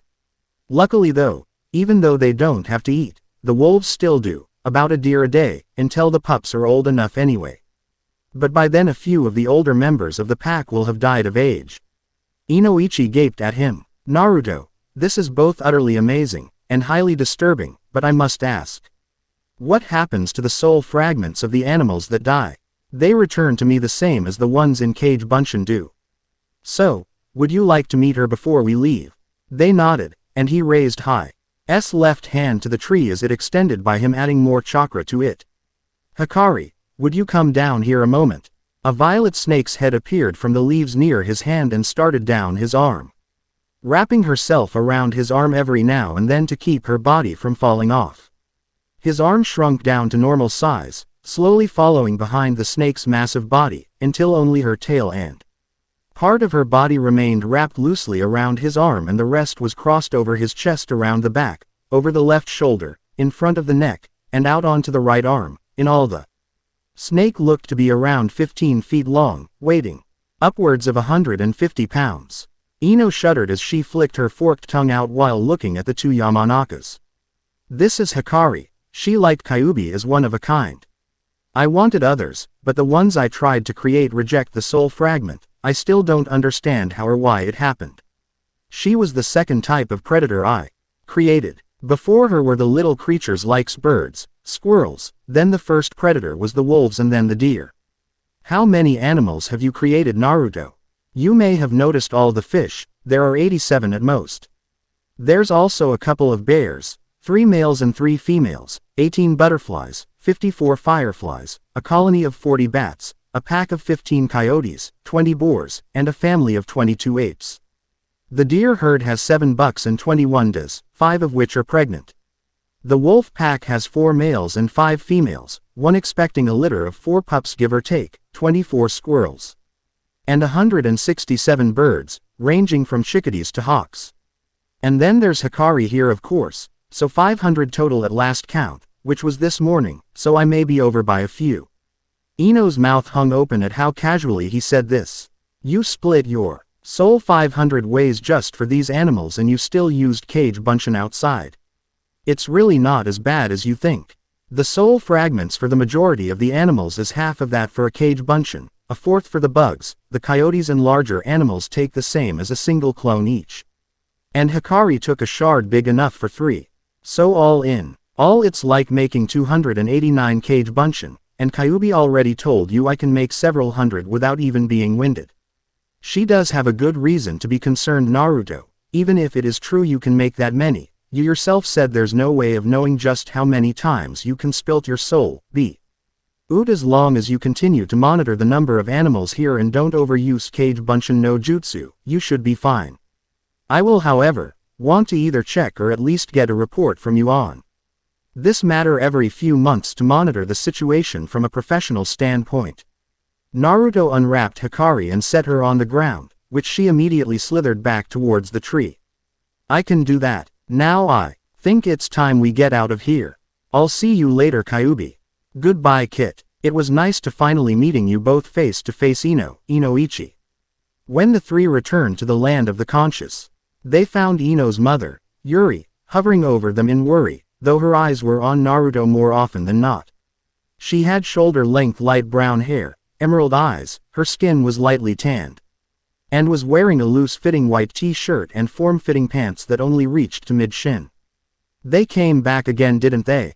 Naruto nodded and she wrapped him in a hug before she turned to Inoichi. You didn't let Ino do too much, I hope. No, Naruto insisted, and I agreed she wasn't ready for most of them, and I'm happy and proud to say she did extremely well for her first time. Better than I would have at her age. Ino blushed as Yuri let Naruto go. That's wonderful, honey. I'm so proud of you. Anyways, I came out to tell you that dinner's ready. Would you care to join us, Naruto? Naruto started to scratch his chin. Cup ramen or Yuri-chan's home cooking, well, that's a no-brainer. Ino stood up and patted him on the head. Good. Wouldn't want you to strain yourself. She and her mother giggled when he pouted. That's just mean, Imouto. Yuri shook her head with a smile. Naruto, would you help me bring the food from the kitchen? Lead the way, Yuri-hime. Inoichi narrowed his eyes at Naruto. Naruto, what did I say about flirting with my wife? Naruto's eyes looked up while the rest of his head was stationary and he started tapping his chin with his index finger. Not to unless I mean it. Inoichi's eyes narrowed further while Yuri blushed. Wait, Tsuki Ojii-san said that about Ayame. Naruto's eyes clenched shut and his finger stopped. Was it? It makes it easier for you later. Yuri's eyes that narrowed at her husband, who was shaking his head feverishly while stammering denials. Oh, I remember. She's my wife, you can't have her. No started to laugh at her father's expense while Yuri shook her head with a smile as she turned and led Naruto into the kitchen. Within minutes, they all sat at the dinner table, Ino next to Naruto, with Yuri and Inoichi across from them respectively. So Naruto, Ino's already told us how her team's test went, how did yours go? Not much to tell. Our sensei's Kakashi Hatake, he passed us, but only barely.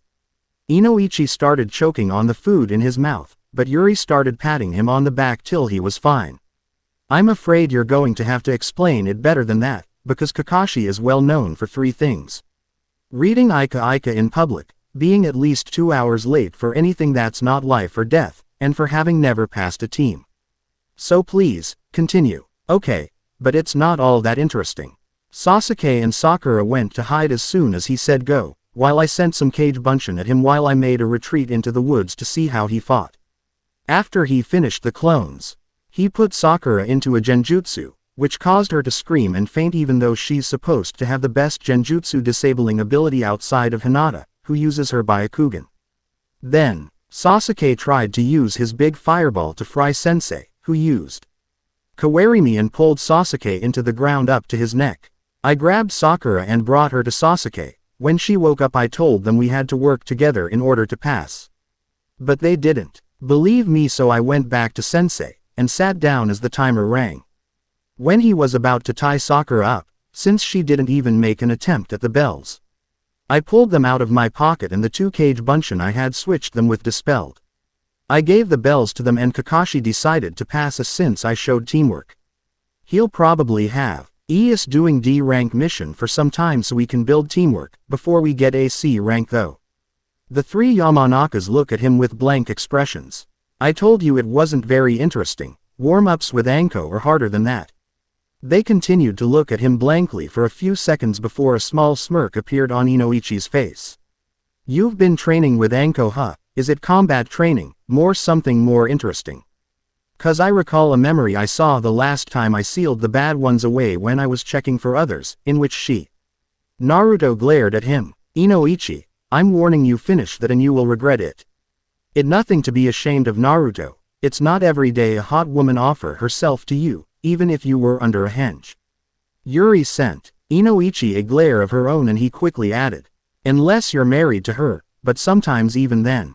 Her glare lessened, but still remained.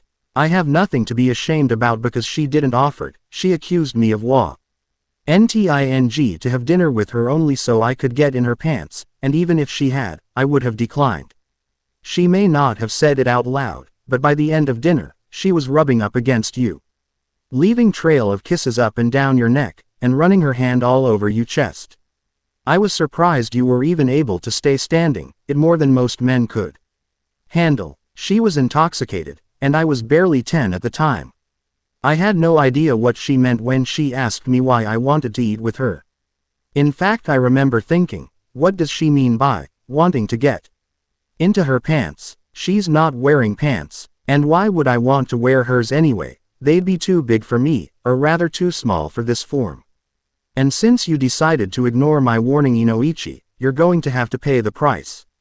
Inoichi paled slightly, sweat running down his face, worrying about what Naruto might do, even more so when the boy turned to his wife. Yuri-chan, did you know that when Inoichi was younger he used to use his mind-walking technique to implant suggestions to date him into the heads of girls he liked? All color drained from the eldest blonde's face as he felt a sudden chill run down his spine, accompanied by the feeling of his chest being crushed. He turned to find his wife glaring at him, an inferno raging in her eyes. Now honey, I was young and stupid. It didn't even work anyway. The pressure doubled, making it hard for him to breathe. It is years before I met you, and I'm glad it didn't work, cause if it had, I may not have fallen madly in love with you and had our beautiful little girl. Who even a blind man can see gets her beauty from you. Yuri's eyes took on a loving look as she leaned up and kissed him hard on the lips. As they pulled apart, Naruto snickered. You'd think your lips would be sore from all that ass kissing, Inoichi.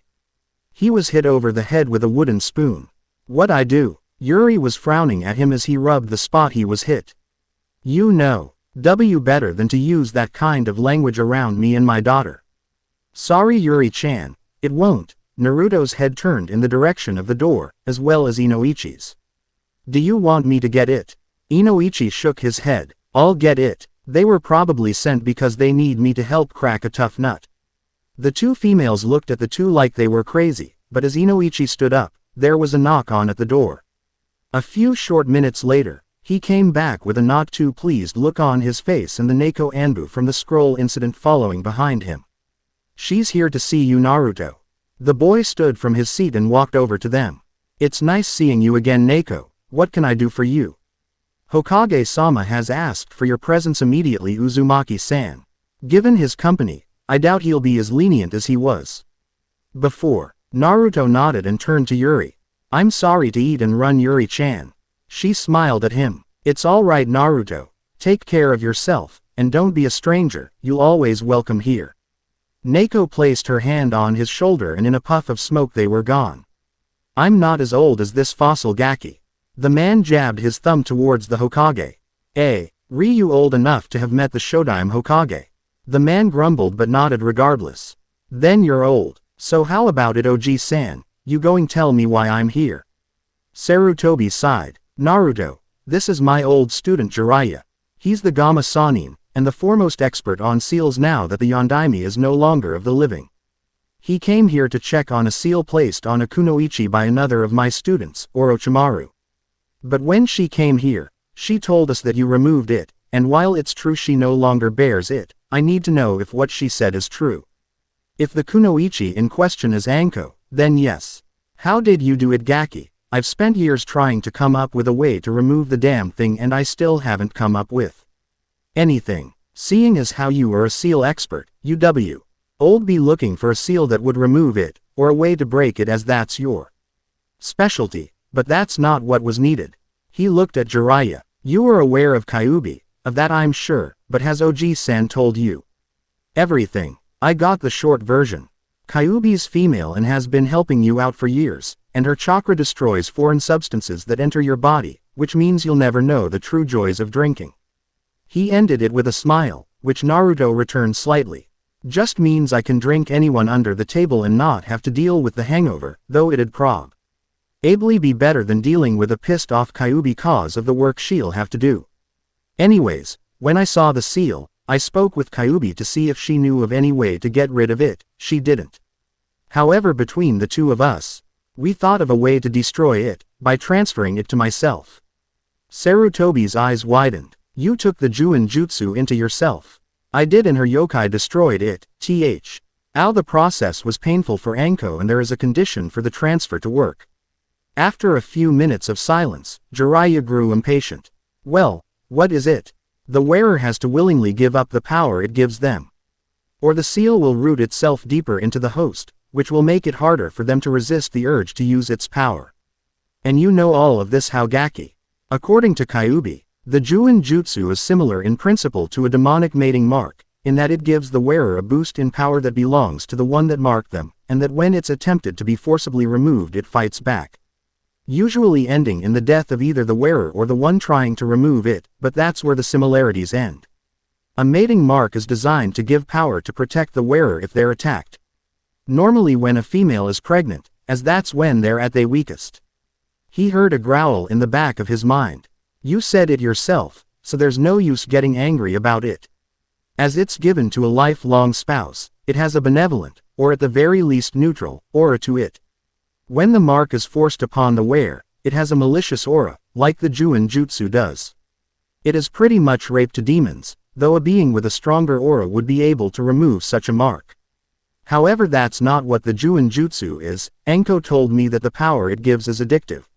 The more it's used, the harder it is to resist. As such, the more a person uses it, the more they want, and they'll track down the person who gave it to them, in this case Orochimaru, to get more. If the wearer has the willpower to resist it and give it up, I'm able to transfer it to myself, or maybe even another person, though it would probably kill them. Hell, the only reason I'm okay is because of Kyuubi. You mean that when the transfer is finished, the one it's moved to has the same 9 in 10 chance of dying from it? Yes, but luckily for me Kyuubi's yokai worked faster than it could. A plume of smoke came from Sarutobi's mouth. Naruto, I'm going to have to forbid the use of this method of removal due to the risk involved. Naruto shrugged. Oji-san, what are the chances of meeting another person who's able to resist the Juin Jutsu, let alone someone who has it? I see your point, but even still I must insist. Do what you want. Now, is there anything else you need, Oji-san, or can I get out of here? There's just one more thing, Naruto. You wanted to know your sister's name. It's... Naruto cut him off. It's Tayuya. I know. He put a Genjutsu Fuinjutsu hybrid on me to explain things to me. But it wasn't supposed to activate till I was 16. Too bad for him, I'm overly curious. Ignoring their shocked faces, he looked at the Sandaime. So can I go now? The OLD man nodded and Naruto started towards the door waving. See you later, Oji-san. Nice meeting you, Jiraiya. After leaving the office, Naruto made his way to his apartment, where he found Jiraiya inside. On his couch and a slight smile on his face. I suppose I shouldn't be surprised you got in here without setting off the traps. You are a Sannin after all. You're obviously not here for tea, so what do you want?